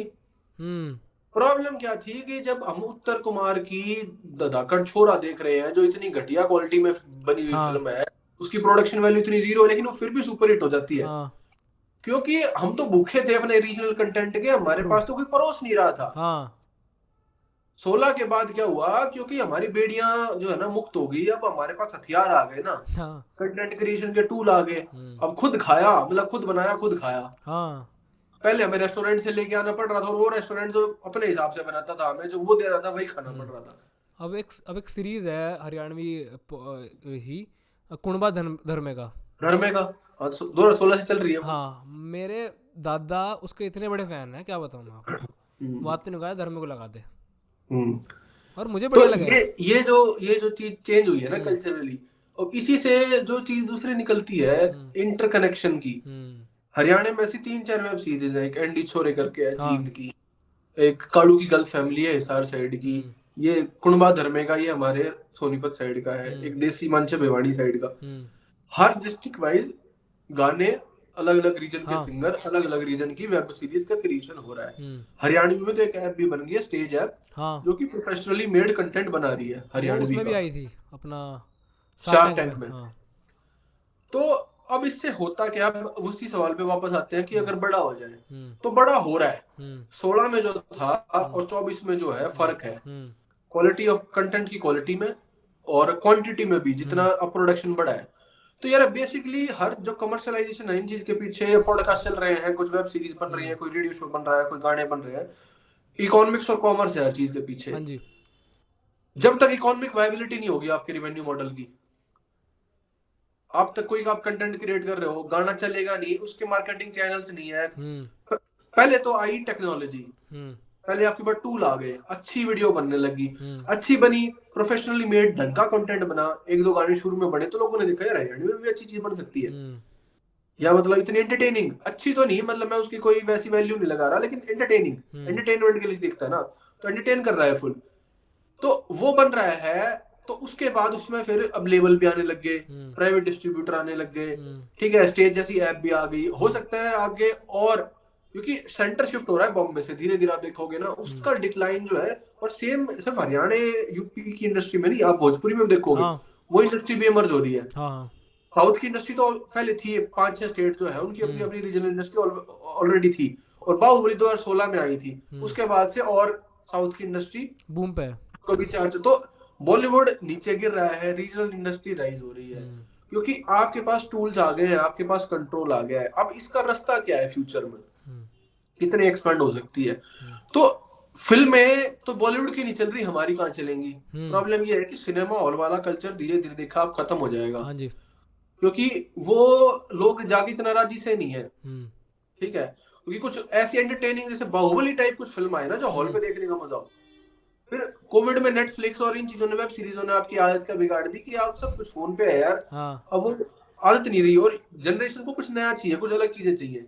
वही हाँ घिसी पिट्टी करण जौहर की फिल्में, जो उनके पास फॉर्मूला थे, वो भी फेल हो गए। प्रॉब्लम यहाँ क्या है? ये कोई फिल्म बनाते हैं ना, आप डाकट छोरा बना दिया, इसके बाद कोई, इनके पास भी ओरिजिनल आइडियाज नहीं है। हाँ वो कहाँ से आएंगे? वो आएंगे जब आप थोड़ा पढ़ो लिखोगे, आप उस फील्ड के टेक्नीशियन होगे, कुछ आपकी नॉलेज होगी, आप यहाँ की जब तक लोकल लोगों की कहानियां नहीं कहोगे ना, हम्म वही। क्योंकि देखो आप कुनबा धर्मे का या कालू की गर्ल्स फैमिली लोग क्यों देख रहे हैं? हम्म उनकी कोई इतनी हाई प्रोडक्शन क्वालिटी नहीं है, या वो हम्म इतने बड़े स्क्रिप्ट राइटर वो नहीं है बॉलीवुड की तरह, या उनके पास 50 लोगों की टीम है, hmm professionally design, set, camera, content उनके पास अलग है। उन्होंने हम्म शुरू करा, वो चला, हम्म और उसको कंटिन्यू कर रहे हैं। तो लोग अपने लोकल चीजें देखना चाह रहे हैं। हम्म, उसमें आप जितना प्रोफेशनलिज्म उसमें लेके आओगे, जितनी आप टूल टेक्नोलॉजी लेके आओगे, वो बेहतर होती जाएगी। ट्रू लेकिन अभी भी मुझे लगता है कि स्कोप बहुत है यहाँ, और वो आपको हेल्प करेगा अगर आपको पंजाब की, जैसे हम मानते हैं कि रीजनल इंडस्ट्री बहुत अच्छी है, एक हम्म। स्टैंडर्ड है हाँ। बॉलीवुड के बाद इंडिया में। तो अगर इस एरिया की इंडस्ट्री को वहां तक पहुंचना है तो अपना लोकल कल्चर थे, फॉर एग्जाम्पल रागनी है, ये हम्म। बात मैं छू नहीं पाया अब मैं तक। पहुंच ही रहा था मैं वहीं। वेस्ट हाँ। यूपी और हरियाणा में सबसे बड़ी कम्युनिटी रागनी का है। हाँ। रागनी वहां भी सुनी जाती है, यहाँ भी सुनी हम्म। जाती है, सेम कल्चर है। हम्म। ठीक है, वही वेब सीरीज आप देख रहे हो, हम देख रहे हैं, हम्म। तो एक कॉमन इंडस्ट्री तो है ही। हरियाणवी उसको बोल रहे हैं, राजस्थान में भी जो कोई कॉमेडी बना रहा है ना हम्म। नॉर्थ राजस्थान में, उसको वो हरियाणवी के नाम से टैग कर रहा है। हाँ। आप कभी देखना, नोटिस हाँ। करना, हाँ मैं देखा है। राजस्थान का भी बंदा कोई वो हम्म। हरियाणवी राजस्थानी हरियाणवी कॉमेडी करके करेगा हाँ। उसको, या वेस्ट यूपी का भी कोई करेगा। हम्म। तो एक कॉमन इंडस्ट्री तो ऑब्वियसली नेट के थ्रू डेवलप हो ही रही है, हम्म। एक बेस लेवल अचीव कर लिया है। अब हम्म। मेन पंगा क्या है, फंडिंग का, हम्म। कि पैसा कहाँ से आएगा इसमें, क्योंकि इन्वेस्टर चाहिए आपको, ये बिजनेस है। हम्म। फिल्में भी चलती हैं, प्रोड्यूसर 5 करोड़ 10 करोड़ लगा रहा है कि 15 करोड़ वापस आए। ट्रू। एक लेवल के बाद जो एक्टर होता है या क्रिएटर डायरेक्टर होता है उसके पास इतने पैसे नहीं होते। हम्म। तो कर्नल साहब एक बात कहते हैं, कई बार उनसे बात हुई कि यार हमारे पास छोटू राम तो हो गए हैं, हाँ। छोटू राम बहुत है हम्म। लीडर आगे लेके चलने हम्म। वाले, लेकिन हमें छाजू राम भी चाहिए, जो हम्म। धंधा सेठ कि पीछे से फाइनेंशियल बैकिंग करने वाले, हाँ, खजांची कि मैं कमी है इतने हम पे। प्रोजेक्ट में 5 करोड़ लगाऊं तो 10 करोड़ निकले भी ना, हम्म। ग्रोथ तभी होगी। अब दो तरीके होते हैं फाइनेंसिंग के, या तो राज्य सरकार कर दे, हम्म। स्टेट कर दे, डिस्ट्रिक्ट कर दे, कोई करे, हम्म। क्योंकि आर्ट एंड कल्चर का पूरा महकमा खोल के रखा होता है उन्होंने, 100 100 करोड़ रुपए के बजट का। कायदे की बात। ठीक है, लेकिन उसकी उससे तो कोई उम्मीद है नहीं। हम्म। प्राइवेट फंडिंग लोग कितनी कर लेंगे, हम्म। आप और मैं कितना डोनेट कर देंगे, या जो बंदा है, चलो मतलब आप मान ले कल फिल्म बनाने लग जाओ, शॉर्ट हम्म। फिल्म आपने कहीं कोर्स कर लिया, आप स्टार्ट कर दो, हम्म। आपके पास पूंजी थोड़ी ना है। हम्म। जो आपके अरमान है, जिस तरह का आपका आइडिया है उसको विजुअलाइज करने का, हम्म। पिक्चराइज करने का, लेकिन असल बात सारी पूंजी पे आगे रुकती है। हम्म। तो जब तक प्राइवेट कॉर्पोरेट स्पॉन्सरशिप नहीं आएगी, जो जिसको बॉलीवुड उठाए हुए हैं, हम्म। बॉलीवुड को और मेन स्ट्रीम मीडिया को जो चीज उठाए हुए हैं, न्यूज चैनल को, वो हम्म। कॉर्पोरेट फंडिंग है। तो जब तक इस इंडस्ट्री में, और वो क्यों नहीं आ रही, ये बैकवर्ड है। हाँ। वो देखो विशेष साइकिल है ना, हाँ। गोला है। वो कब टूटेगा, वो विशेष साइकिल तब टूटेगा जब हमारे आपके जैसे लोग उन मीडिया संस्थानों में बैठे होंगे जो नहीं कहेंगे यार मैं हरियाणवी कंटेंट खुद देखता हूँ, साला हम्म। बैकवर्ड कहाँ से हो गया। और क्या। और मुझे पता नहीं इसकी इतनी ऑडियंस है कि लाख लोग एक दिन में देख लेते हैं, हम्म। कंटेंट बनता है तो। और हम अगर ढंग की वेल प्रोड्यूस मूवी बनाएंगे तो क्यों नहीं देखेंगे। उत्तम कुमार भी आजकल वाइन्स की तरह अपनी मूवीज बनानी शुरू कर दी उसने। हम्म। उसकी क्वालिटी में, मतलब कंटेंट की राइटिंग क्वालिटी में बहुत ख़राब हो गई है। बट हाँ। बट वो बात है ना जो कि आपने बहुत शुरू में कही, लोगों की आदत थोड़ी बिगड़ चुकी है। और दूसरी बात ये, अगर एक आदमी मूवी देखने जा रहा है बड़ी स्क्रीन पे, तो उसे चाहिए सिर्फ एंटरटेनमेंट, एंटरटेनमेंट। उसे चाहिए मज़ा, उसे चाहिए 3 घंटे की मैं सब कुछ भूल जाऊँ और यहाँ सिर्फ मजे लेकर घर जाऊँ। या बस। पिटता देखूँ, मारता देखूँ, पिटाई खाता देखूँ, रोमांस देख लूँ और बात ख़त्म, फिर घर जाकर आराम से लोट मारूँ। सही। और यही चीज़ असल में होनी भी चाहिए। अगर मैं बात करूँ, आप रागनी का जिक्र करा, कल्चरली ये सब चीज़ें, जैसे अब MC स्क्वायर है, हम्म। उसका एक रिसेंट गाना आया, वो बड़ा रागनी से इंस्पायर्ड था। तो हाँ। जब ऐसी चीज़ें मेन स्ट्रीम होती हैं ना, तो अच्छा लगता है। और सही। कहीं ना कहीं हम लोग कितना भी ट्राई कर लें, बट जब तक पैसा नहीं होगा, मैं पता, मेरा आपको पता, मैंने जिस अकाउंट से आपको टेक्स्ट करा था, हम्म। वो एक्चुअल में एक मोर of a historical political account है। हम्म। पर मेरे जो तरीका आप बात करने का इंटरनेट पे, वो बड़ा अजीब है, मैं आपको बताऊँ। जैसे कि मैं हिंदू यूथ को एक ही बात कहता हूँ पर्टिकुलर इस अकाउंट से, कि इंटरनेट पे चिल्लाने से कुछ नहीं होगा। हम्म। ठीक है, अपना परिवार का ध्यान रखो, पैसे कमाओ, तब जाकर तुम अपने कम्युनिटी के लिए कुछ कर सकते हो। सही बिना बात, बिल्कुल। बिना पैसे के इंटरनेट पे तुम कीबोर्ड पे ऐसे करके 4 गाली देकर किसी को, उसका अकाउंट डुबा के तुम कुछ नहीं कर सकते। तो पैसा, जब तक हमारे पीछे पैसा नहीं लगेगा तो हम कुछ कर नहीं सकते। बट वही बात है कि हम जैसे लोग, जैसे आप और हमें आज हम बात कर रहे हैं, एक एटलीस्ट हम लोगों को एक बात तो उठानी चाहिए। हम नहीं कर पाए, हमारी अगली जनरेशन कर पाए। हम्म। मैं शर्म नहीं करता, सही बताऊँ, मैं मम्मी मुझे डांट भी देंगी कि तू इस भाषा में बात मत करा कर, हम्म। थोड़ा सभ्य भाषा में बात करा कर। बट क्योंकि पापा तो सेम बोलते हैं मेरे जैसे ही, हम्म। मैं कहता ये तो अपने आप को छोड़ने वाली बात हो गई। सही। कि अगर भाषा को छोड़ दूंगा आज, तो फिर तो गलत है ना। और मैं चाहता हूँ कि एटलीस्ट मैं सेम चीज़ अपने बच्चों को भी दे पाऊँ, कि वो भी इस चीज़ को समझे कि यार ये भाषा थी हमारी, ये चलती हुई आई है। स्टैंडर्ड हिंदी कहीं भी सीख लोगे आप, पर एक खड़ी बोली कौरवी, हरियाणवी या फिर हरियाणवी का डायलैक्ट, ये कहीं नहीं सीख पाओगे। नहीं, कोई सिखाएगा भी नहीं ना। देखो हिंदी सिखाने के लिए तो आपको 12वीं तक टेक्स्ट बुक है, हाँ। स्कूल में टीचर लगा रखे हैं, वो किस लिए हिंदी सिखाने के लिए लगा रखे हैं। वो तो सीख ही जाएगा। जो ऑब्वियसली। चीज उसको नहीं मिलने वाली, वो कल्चर, वो बोली, हम्म। वही चीज है जो आप उसको दे सकते हो। बाकी तो राज्य सरकार या जो भी है आपको दे ही रही है और क्या। और एजुकेशन सिस्टम। और मेरा मानना ये है कि भाषा के साथ आपका कल्चर बहुत इंटरलिंक्ड रहता है। अगर मैं एक बात करूँ एक स्टैंडर्ड हिंदी बोलने वाले शहर के बच्चे से, मेरठ में भी, अगर मैं सकूँ टिक्कड़ खाए थे ना आज, तो वो नू घूम जाएगा, है क्या, क्या कहा, मुझे तो पता ही नहीं। और ये होता भी है। और इसी में पता मुझे एक बात बड़ी बुरी लगती है, शायद आपको भी वो, आपका ओपिनियन भी चाहूँगा उस बात पे, कि हिंदी से पुरानी कई भाषाएं हैं, बहुत पुरानी भाषाएं हिंदी से पुरानी, जैसे खड़ी बोली होगी, हरियाणवी में कैसा डायलेक्ट हिंदी से बहुत पुराने हैं।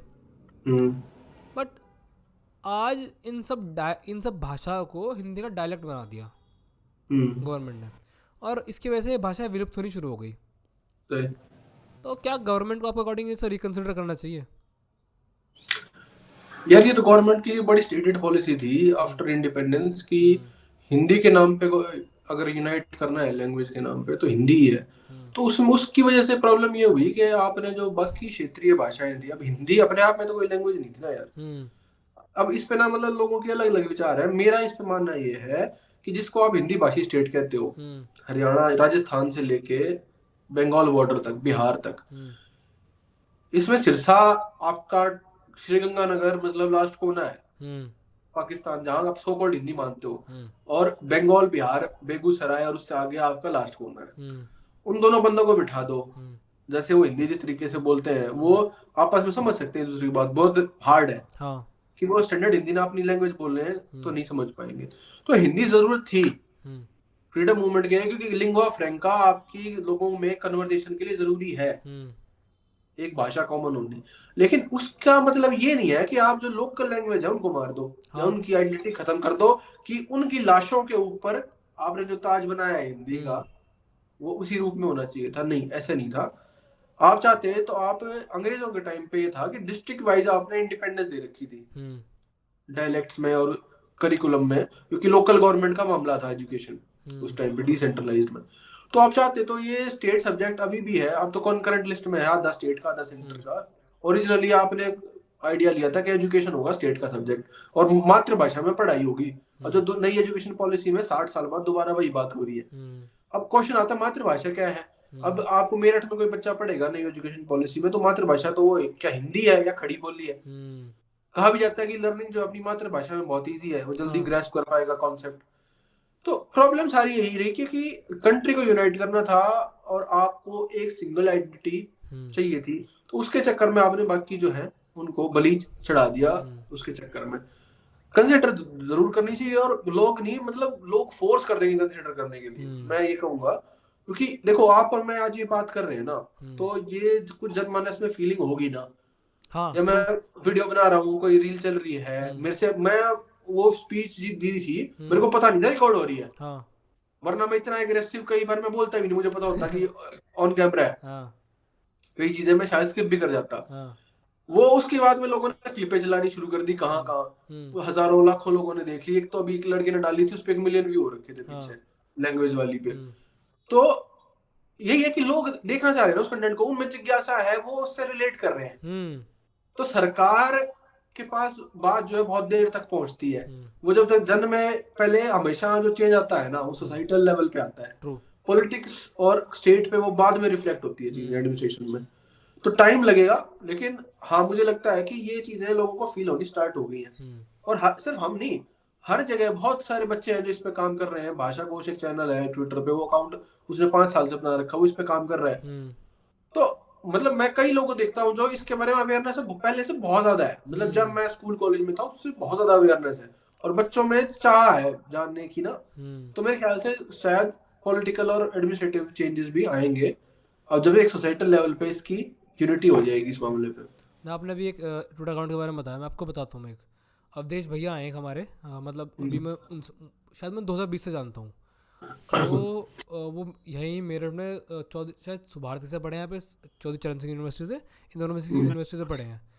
तो उन्होंने just to contribute to the language, अब से 6, 7, 8 शायद 10 साल पहले एक खड़ी बोली शब्दकोश बना रखा है ऑनलाइन वेबसाइट, और उस शब्दकोश में सारी भाषा, सारा वर्ड, सारी वोकैबुलरी और जितने मुहावरे वो हैं। तो एक दिन रैंडमली मैं खड़ी बोली के बारे में रिसर्च कर रहा था, मुझे मिल गया। हम्म, अब मुझे बड़ा अच्छा लगा कि भाई मैं क्यूरियस था अपनी भाषा को जानने के लिए, और किसी सही, ने 10 साल पहले या 8 साल पहले एक वेबसाइट काम बना के छोड़ कर रखी है। और अवधि से मेरी उसके बाद बात भी हुई थी कि एक बार बैठ के बात करते हैं इस बारे में कि आपका मोटिव क्या था इसके पीछे। ये वो या फिर मेरठ के पास और मुजफ्फरनगर के बीच में कस्बा पड़ता है कतौली। खतौनी, हाँ। हाँ, तो वहाँ के हैं वो। और उनका मोटिव सिर्फ भाषा का प्रमोट करना था। तो ऐसे जो लोग हैं, मेरा मानना है कि इंटरनेट की वजह से बहुत ईजी हो जाता है हमारे लिए बिल्कुल। भाषा को प्रमोट करना और उसे प्रिजर्व करना। क्योंकि सबसे बड़ी प्रॉब्लम मेरे लिए अकॉर्डिंग प्रिजर्व करना है। अगर मैं निकाल दूँ, मैं शहर में पला बड़ा हूँ प्रॉपर, हम्म, अगर मेरे फादर की साइड ये भाषा इतनी प्रोमिनेंट ना होती हम्म, तो शायद मैं भी आज आपसे इस बारे में कोई बात नहीं कर रहा होता। सही बात। तो प्रिजर्वेशन बड़ा इंपॉर्टेंट है। और नेट के थ्रू हो भी सकता है, क्योंकि देखो अब पुरानी किताबें हम, मैं मेरे से लड़कियां पूछती हैं हम्म। इंस्टाग्राम पे, डीएम, हम्म। ट्विटर पे, कि भैया कुछ किताब बता दो हम्म। हरियाणा की हिस्ट्री, कल्चर, इस एरिया की या वेस्ट यूपी की। हम्म। तो वेस्ट यूपी वाले ने पूछा मेरे से एक, हम्म। कि भैया को किताब बताओ। मैं कहा यार मैं आज तक खोज रहा हूँ। मेरे को 4-5 साल हो गए। हाँ। एक शायद कोई मेरे को थीसिस मिली थी किसी की, हम्म। और वो भी मतलब पीडीएफ में नहीं थी, वो भी किसी पेज पे डाल रखी थी। मैं कहा हम्म। वो मैंने पढ़ी थी। तो जितना भी काम है, एक तो दिक्कत ये है कि काम हुआ कम है, हम्म। दूसरा जो हुआ है वो मिलता नहीं है। हम्म। हर चीज में थोड़ा छोटा काम हो रखा है, हाँ। किसी हाँ। न किसी ने पीएचडी की थीसिस किताब छोटी मोटी हर चीज पे लिखी हुई है। हम्म। मैं एक दिन हैरान रह गया इसी सिलसिले में बताऊं बात, हम्म। कि मैं बांगरू लैंग्वेज पे, हरियाणा की जो लैंग्वेज है, हाँ। हाँ। नॉर्थ हरियाणा की, उस पे रिसर्च कर रहा था। 4-5 किताबें मेरे पास पढ़ी है। हम्म। तो मैं इंग्लिश में, क्योंकि मेरी सारी पढ़ाई लिखाई इंग्लिश में हुई है, मेरे सारे कॉन्सेप्ट जो डेवलप हुए हैं हम्म। पॉलिटिकल साइंस और लॉ के, वो सारे इंग्लिश में डेवलप हुए, हम्म। सोशल साइंस के। तो मैं लिंग्विस्टिक्स भी, लेकिन वो हिंदी में मिल रहा था, इंग्लिश में मिल ही नहीं रहा। हम्म। तो मैं क्या करता हूँ, जो किताब होती है ना, कभी भी मैं उसके हम्म। नीचे फुटनोट्स चेक करता हूँ, या हम्म। बिब्लियोग्राफी या रेफरेंसेस जो होते हैं, हम्म। इसने कहाँ से सामान लिया है। हाँ। तो मेरे को बाय चांस एक किताब मिली, एक रेफरेंस मिला, 1957 की एक किताब, हम्म। किसी बंदे ने लिख रखी थी, फिले पेंसिल्वेनिया, यूनिवर्सिटी ऑफ पेंसिल्वेनिया ने छापी थी। हम्म। यहाँ का बंदा था, हरियाणा का, हम्म। कैथल साइड का कोई, और उसने बांगरू लैंग्वेज पे काम कर रखा है 50s में। हाँ, मतलब जब हमारे बाप दादा खेत में हल चला रहे होंगे। तो उन्होंने काम कर दिया। हाँ, तो उसने उस टाइम पे काम कर रखा है। हम्म। प्रॉब्लम ये है कि वो 57 में किताब लिखी है, 70 साल हो गए, मेरे को क्यों नहीं पता वो, हम्म। ट्रू। या हमें से किसी, मेरे माँ बाप किसी को नहीं पता। यार हरियाणा में जो यूनिवर्सिटीज के इतने बड़े बड़े तुमने वो खोल रखे हैं, सेंटर हम्म। खोल रखे हैं, डिपार्टमेंट खोल रखे हैं, कि कहीं पे भी किताब नहीं है। हाँ। तो प्रॉब्लम ये नहीं है कि काम नहीं हो रखा, लोगों ने कर रखा होगा काम, हम्म। बस शर्त ये है कि हम वहां तक कैसे पहुंचेंगे। हाँ, नहीं, मैं जब खड़ी बोली के बारे में रिसेंटली बहुत बहुत शुरू में रिसर्च करनी शुरू करी थी, तो मुझे खड़ी बोली मिली थी वो आमिर खुसरो वाली। हम्म, वो खड़ी बोली मुझे रिलेटेबल नहीं लगी, हाँ, क्योंकि फिर मुझे लगा वो यार कोई। ब्रिज ज्यादा है, वो ब्रिज हाँ, मिक्स है थोड़ी। तो मुझे ब्रिज लगा यार और ये मिक्स। तो ये वो भाषा नहीं इसकी मैं बात कर रहा हूँ, इसके बारे हिस्ट्री के बारे में बात करते हैं। हम्म, फिर वो बाई चांस मेरे हाथ लग गया वो वेबसाइट, हम्म, और फिर कैसे कैसे करके मैंने उनकी ईमेल आईडी ढूंढी, उनसे बात करी, सही, जस्ट टू थैंक हिम सही, कि आपने जो काम करा वो बिल्कुल। लोगों तक पहुंचना चाहिए और जाना चाहिए, क्योंकि एटलीस्ट, हम्म, क्योंकि बहुत मुश्किल है एक शब्दकोश बनाना मेरे हिसाब से तो, हम्म, और वो भी एक ऐसे लैंग्वेज का जो कि बहुत ज़्यादा मेन स्ट्रीम नहीं है। उस हम्म। बंदे ने वो शब्दकोश बनाया, निकाला, और ये सारी बात। तो आप कह रहे थे कि कॉर्वी और इसकी खड़ी बोली की हिस्ट्री के बारे में आपको कुछ बताना था, मैं सुनना चाहूँगा अच्छा, लास्ट में। कॉर्वी और खड़ी हाँ। बोली का यार मैं अगर थोड़ा सा फर्क बताऊं ना, हम्म। तो पहले इसको सब खड़ी कहते थे। हाँ। कॉर्वी नाम का कुछ टर्म इसके लिए नहीं था। हम्म। ये चक्कर क्या हुआ, पोस्ट 50s हम्म। एक आपके लिंग्विस्ट हुए काफी महान, वैसे 11-12 भाषाएं आती थी उन्हें। हम्म। एक किताब भी लिखी थी, मैंने पढ़ी भी थी, मैंने स्कूल में पढ़ी थी, अच्छा। वोल्गा से गंगा तक। ओके। राहुल सांकृतायनन, हम्म। पंडित राहुल सांकृतायनन, तो काफी बड़े शिक्षाविद और लिंग्विस्ट थे, पॉलीग्लोट जिसे कहते हैं अंग्रेजी में, कई हम्म। भाषाओं के ज्ञानी। तो उन्होंने कॉन्सेप्ट दिया कि देखो, मॉडर्न हिंदी जो हम, क्योंकि इंडिया आजाद हुआ है ना, हम्म। तो हिंदी बनानी थी। इससे पहले जो आम बोलचाल की भाषा थी, जितनी हम्म। क्लिष्ट हिंदी आजकल हो गई उतनी हम्म। नहीं थी, उसको हिंदुस्तानी बोलते थे। हाँ। लेकिन सरकारी कामकाज प्रयोग के लिए अगर हिंदी संस्कृतनिष्ठ हिंदी बनानी है तो शब्दकोश लेना पड़ेगा। हम्म। तो आपकी जो सारी मेजर वोकेबलरी है हम्म। वो आपने संस्कृत से उठाई, हम्म। और लैंग्वेज का बेस बनाया खड़ी, हम्म। खड़ी बोली को। ठीक है। अच्छा, एक खड़ी और इसका कहते हैं कि भाई खड़ी हुई है तो लेटी हुई कौन सी है फिर, हाँ। मतलब खड़ी कोई खड़ी है तो फिर लेटी हुई भी होगी। हाँ। तो ये ब्रिज को लेटी हुई बोलते हैं, हाँ। मतलब डेरोगेटरी टर्म में, हाँ। कि वो सॉफ्ट है, हाँ। उसमें मतलब स्मूथनेस है। तो हम्म। कॉन्ट्रास्ट है दोनों लैंग्वेज का, ब्रिज और खड़ी का। हम्म। अभी कौरवी कैसे निकली, हम्म। तो कौरवी क्या है, कौरवी उसका अनफिल्टर्ड रूप है हम्म। खड़ी का। हाँ। खड़ी आपने हिंदी के लिए एक्सेप्ट कर ली, लेकिन जो चीजें उसमें जो अनफिल्टर्ड थी, हाँ। जो छोड़ दी गई, वो कॉर्बी है। ये है। तो जैसे हरियाणा, क्योंकि हस्तिनापुर मेरठ में ही है, और क्योंकि मैं अगर कॉर्वी देखा जाए तो कॉर्वो से नाम पड़ा उसको कॉर्वी, तो अब इसीलिए मैं आपसे शुरू में कहा कि मेरा मानना है कि सेंटर्ड अगर देखा जाए डिस्पर्जन तो इस लैंग्वेज का वहीं से होगा। और आपने एक पॉडकास्ट में कहा भी था लोग नहीं मानते कि इसे कॉर्वो से क्यों जोड़ रहे हो। मैं तो कहता हूँ जोड़ो कॉर्वो से, कुरुओ से जोड़ो इसे, कुरु डायनेस्टी से पार्ट है, मैं कहता हूँ जोड़ो, और एटलीस्ट रिकॉग्निशन तो दो, सही। रिकॉग्निशन तो दो। आपके पास मेरे लिए कोई सवाल हो तो ज़रूर मैं जवाब देना चाहूँगा। अच्छा, मेरा बस एक सवाल होगा कि वेस्ट यूपी का आपने बात करी ना, आइडेंटिटी की, इस एरिया की, तो क्या लगता है आपको फ्यूचर, क्योंकि कास्ट से बाहर निकल पाएगा एरिया, जैसे हमारा एरिया है, बड़ी दिक्कत है, तो कास्ट से ऊपर आपको लगता है कोई आइकोनोग्राफी है वेस्ट यूपी के पास? आपको लगता है कि स्टेट बन सकता है? आपको अपने आप क्या फील होता है अपने बच्चों में, आप आपस में बात करते होगे तो उसमें क्या लगता है आपको? मैं आपको बहुत स्ट्रक्चर्ड आंसर दूंगा इसका। शुरू करते हैं कास्ट से। कास्ट से निकलना इस रीजन के लिए अगले 50 साल में पॉसिबल नहीं है। वो पॉसिबिलिटी तब आएगी जब, क्योंकि मैं एसोसिएट करता हूँ कास्ट को एक सोशो इकोनॉमिक स्टेटस से, और अगर जब तक लोग इस बात को नहीं समझेंगे, कास्ट जस्ट एक वो है, रिफ्लेक्शन है सोशो इकोनॉमिकल स्टेटस का, कि आपके पास इतना पैसा है तो आप इस सोशल क्लास में बिलोंग कर रहे हो। तो इकोनॉमिक्स जब तक हम नहीं लाएंगे इसमें, जब तक हम स्ट्रक्चर एक पढ़ाई नहीं कर पाएंगे, एक इकोनॉमिकल डेवलपमेंट नहीं कर पाएंगे, तो कास्ट से निकलना तो पॉसिबल नहीं है। क्योंकि आज भी अगर देखा जाए तो गांव में एक पर्टिकुलर कास्ट का रीजन, वो कास्ट के ग्रुप वो उतना ही गरीब है, फिर एक कास्ट का ग्रुप उतना अमीर है, और वो वैसा चलता आ रहा है। तो मेरा मानना सबसे पहले ये है कि अगर जब तक हम वहाँ से निकलेंगे तब तक कुछ होगा नहीं। और 50 साल में इसलिए मान के चल रहा हूँ क्योंकि कुछ चीज़ें बदलने में बहुत टाइम लगता है। जैसे मैं मानता हूँ, छोटा सा एग्जाम्पल देता हूँ आपको इसी बात का। मेरा मानना है कि रिजर्वेशन का जो आइडिया है वो थोड़ा सा अब्सर्ड है in some sense, because through reservation we are trying to solve a social problem. अगर हम एक कम्युनिटी को पुश करेंगे ऊपर एक सोशल प्रॉब्लम से निकालने के लिए, तो उसको जो रिफ्लेक्शन आएगा वो जो पुश कर रहा है तो किसी को नीचे करना पड़ेगा। तो जिस हेट को हम कम करने की कोशिश कर रहे हैं, जिस सोशल प्रॉब्लम को कम करने की कोशिश कर रहे हैं, वो उतनी बढ़ जाएगी। तो जैसे आप देखते होंगे, अगर आप आज भी जितने भी ये लोअर कास्ट में मीम्स बनते हैं उसमें ले आएंगे रिजर्वेशन को, तो जिस चीज़ को सॉल्व करना था वो हुई नहीं, बढ़ गई, और वो डिफरेंस वैसा का वैसे ही रहा। तो इसमें मेरा मानना क्या है कि जब तक हम विद एजुकेशन ये बात नहीं समझा पाएंगे लोगों को कि देखो सोशल इकोनॉमिकल स्टेटस ज़्यादा इंपॉर्टेंट है रादर ओनली सोशल स्टेटस, तो सबसे पहले वहाँ से बाहर निकलना पड़ेगा। तो जब हम एक यहाँ से बाहर निकलेंगे तो हम एक कॉमन आइडेंटिटी डेवलप कर पाएंगे कि मैं मेरठ का हूँ या फिर मैं वेस्टर्न यूपी का हूँ।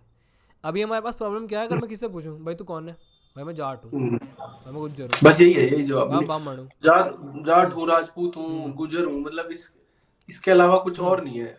तो प्रॉब्लम ये है क्योंकि हम लोगों में इस पूरे रीजन, अगर मैं पर्टिकुलर रीजन की बात करूं तो इस रीजन में एक आइडेंटिटी क्राइसिस तो है आउटसाइड, एक विद इन भी आइडेंटिटी क्राइसिस है कि हम यूनाइट नहीं हो पाते। अगर मैं पॉलिटिक्स की बात करूं यहाँ, तो यहाँ पॉलिटिकल फ़ायदा ही यही है कि जितना सेपरेटेड रह सके उतना सेपरेटेड।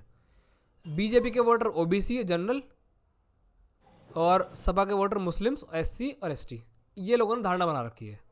तो आरएलडी इस मुद्दे को क्यों नहीं उठाते? आपको क्या लगता है कि आरएलडी क्यों नहीं उठाते हरित प्रदेश के मुद्दे को? नहीं, बात बल्कि वो सबसे ज्यादा फायदा तो उन्हीं को होगा। नहीं, अगर हरित प्रदेश बनेगा तो आरएलडी को फायदा होगा। बताऊँ आपको, तो उनका अभी फिलहाल प्रॉब्लम आरएलडी के साथ क्या है ना, उनके पास आइडियोलॉजी नहीं बची। वही उनके पास आइडियोलॉजी नहीं बची, और जिस पॉलिटिकल पार्टी के पास अपनी पर्सनल आइडियोलॉजी ना हो। प्रॉब्लम पता ये अजीत सिंह जी के साथ शुरू हुई। चौधरी साहब जब थे मुख्यमंत्री तो उनके पास एक किसान आइडेंटिटी थी, सही, वो एक कॉमन आइडेंटिटी थी कि सब लोग कनेक्ट होते थे, हरियाणा पंजाब ये सब कनेक्ट होते थे चौधरी साहब के साथ। पर जब अजीत जी आए तो आइडेंटिटी वो कहीं लूज हो गई। उसके बाद वो आइडेंटिटी जस्ट जुड़ गई जाटों के साथ, सही।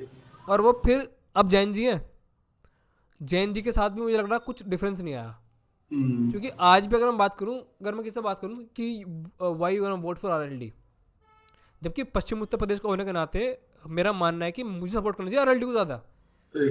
बट अगर पूछो कि भाई तुम क्यों वोट दे रहे हो आरएलडी को, तो एक मेयर रीज़न होगा कि वो जाट है सिर्फ, हम्म, बस कास्ट, वो भी कास्ट। वो भी जैसे कास्ट। सपा जो है यादवों की या याद होगी। मुसलमानों की पार्टी रह गई है बस, तो आरएलडी भी सिर्फ वेस्ट यूपी में जाटों की जाटों की पार्टी बन रहेगी। के रह गई।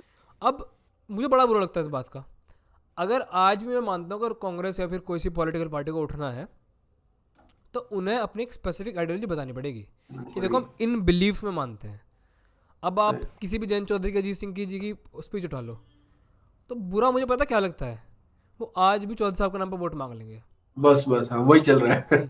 यही टिकैत जी के साथ है, हाँ, वो बाबा टिकैत के नाम पे वोट मांग लेंगे। बाबा टिकट के नाम हाँ, आज भी वही चल रहा कि भाई उन्होंने मारा, उनके जैसा मानना है। भाई उनका क्या मानना है, तुम बताओ ना क्या मानना था उनका। है। तो सबसे दूसरा पार्ट है कि जब वो उस आइडेंटिटी से बाहर निकलेंगे, और देखो मैं इंटरकास्ट मैरिज के बारे में ज़्यादा बात नहीं करता क्योंकि बहुत कंट्रोवर्शियल टॉपिक है, और लोग इसमें मेरी मेरी मानने की भी नहीं है, क्योंकि मैं तो बहुत साइंटिफिक बात करूँगा इसमें, और वो लोगों को समझ में आने की नहीं है। बट द फैक्ट इज़ कि वो जो प्रॉब्लम है ना, ये आइडेंटिटी वाली, एक यूनिटी वाली की, एक वेस्टर्न यूपी की आइडेंटिटी, ये दो तरीके से बन सकती है। या तो उल्टा हो, जैसे आपने कहा ना, पहले हरियाणा बना फिर आइडेंटिटी हम ढूंढी, फिर बने, हाँ। तो ये जब भी हो गया तो हम पहले हरित प्रदेश बनाए फिर एक आइडेंटिटी बनाए। मेरे ख्याल से ये तरीका तो फिर ये होना चाहिए कि अगले कोई गवर्नमेंट आए और उसको लगे कि भाई इतना हम्म बड़ा यूपी हो गया है, अब इसको संभालना मुश्किल हो रहा है, तो 4 हिस्से कर दे। हम्म और फिर हम्म उसके बाद फिर आइडेंटिटी निर्माण, हम्म पहचान का निर्माण शुरू हो वेस्ट हाँ, यूपी तभी में। तभी हो सकता है। और तीसरी आपने बात करी थी, मैं आपको डेमोग्राफी की बात बताता हूँ। यहाँ हम्म यहाँ रिसेंटली डेमोग्राफिक चेंज बहुत ज़्यादा हुआ है, स्पेशली हम्म मेरठ मंडल में। तो डेमोग्राफिक चेंज कैसा हुआ है कि जो नॉन हिंदू पॉपुलेशन है वो हाँ, ऑलमोस्ट ऑलमोस्ट 40% हो गई है। ठीक। ठीक। और इसीलिए आप देखेंगे जो जो लास्ट विधानसभा चुनाव हुए थे, यहाँ पर बीजेपी को ज़्यादा कुछ जीत मिली नहीं। मिली नहीं। ज़्यादातर सभा की सीट निकली और आरएलडी की सीट निकली, क्योंकि जितने वोटर्स थे वो जाट एक तरफ हो गए थे और जो नॉन हिंदूज थे वो एक तरफ हो गए थे। सही।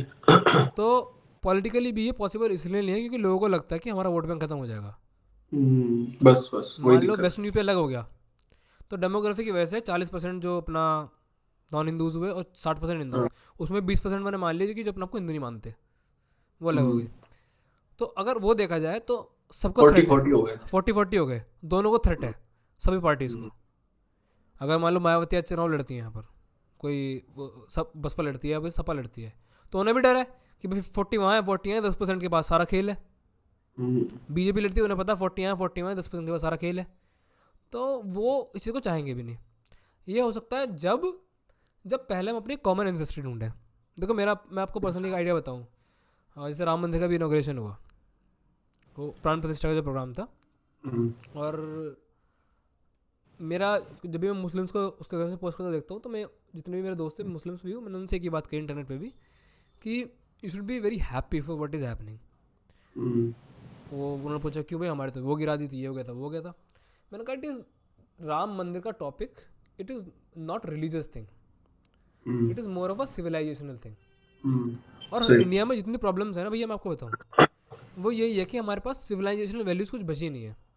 हम्म, एक संस्था है अपवर्ड, शायद आपने हाँ, नाम सुना हो या ना सुना हो। उनके जो फाउंडर हैं आशीष धर जी, मैं उन्हें अपना पॉलिटिकल गुरु मानता हूँ कहीं ना कहीं। उनसे ही मेरे बहुत सारे पॉलिटिकल आइडियाज़ निकले उनकी बात सुन के ही। और you will be very happy to know that मेरा पहला पॉडकास्ट जो इस पॉडकास्ट का था वो भी उनके साथ ही हुआ था। सही। तो उनसे मैंने एक बात सीखी कि जब तक हम एक वैल्यू इंडिया में डाल नहीं पाएंगे कि हमारी कॉमन सिविलाइजेशन थी, हम्म, चाहे वो कश्मीर में हो, कश्मीर में आज प्रॉब्लम क्या है, सिविलाइजेशनल प्रॉब्लम है, रिलीजियस प्रॉब्लम नहीं, वो सिविलाइजेशन प्रॉब्लम है। क्योंकि आज भी इंडियन मुस्लिम्स अगर मानते हैं वो अपनी एंसेस्ट्री इंडिया से बाहर मानते हैं। हम्म, तो same goes with western UP. जब तक हम ये बात बताएंगे ना कि हमारी कॉमन एंसेस्ट्री हम यहीं के हैं सारे, जैसे सिनौली हुआ, सिनौली एक बहुत अच्छी अपॉर्चुनिटी थी गवर्नमेंट के पास कॉमन आइडेंटिटी डेवलप करने की, कि देखो तुम्हारे एंसेस्टर तो इतने साल से यहाँ रह रहे हैं। हम्म, और इसमें मज़े की बात है, मैंने कुछ यूट्यूबर और कुछ इन्फ्लुएंसर्स देखे हैं जो कि कह रहे हैं कि हर जगह हर कास्ट का अलग अलग डीएनए है और अलग अलग प्रोफेशन है। मैंने कहा इन्हें कौन समझाए कि डीएनए का मेनली जो डेफिनेशन आता है वो न्यूट्रिशंस हम्म, और ज्योग्राफी की वजह से आता है। अगर तुम एक कास्ट का सैंपल मेरे यहाँ वेस्टर्न यूपी से ले रहे हो, कास्ट का सैंपल तुम सेम कास्ट का नॉर्थन राजस्थान से ले रहे हो, तो ये कास्ट दोनों अलग दिखाई देंगी। सही। और जब जितना हम डिफरेंस क्रिएट करेंगे अपने में ही, उतना हमारे लिए मुश्किल होगा अपनी आइडेंटिटी बनाना। क्योंकि सही। आज अगर मैं बाहर जा रहा हूँ, इंडिया से बाहर जा रहा हूँ, तो मैं वहाँ जाके नहीं कहूँगा मैं जाट हूँ, या मैं गुज्जर हूँ, या मैं ब्राह्मण हूँ, या मैं पंडित हूँ। मैं क्या कहूँगा, मैं इंडिया से हूँ।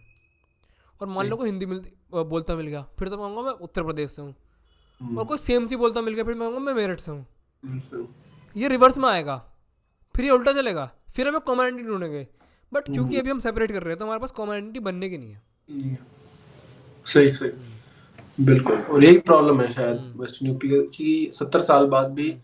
अलग स्टेट शायद इसी वजह से, इन्हीं सब कारणों की वजह से नहीं बन पाया। एक गाना है ना खसाड़ चार का, यार हम्म, हरियाणा थे, तो उसमें लाइन है कि गोत हरियाणा, हरियाणवी रिलीजन।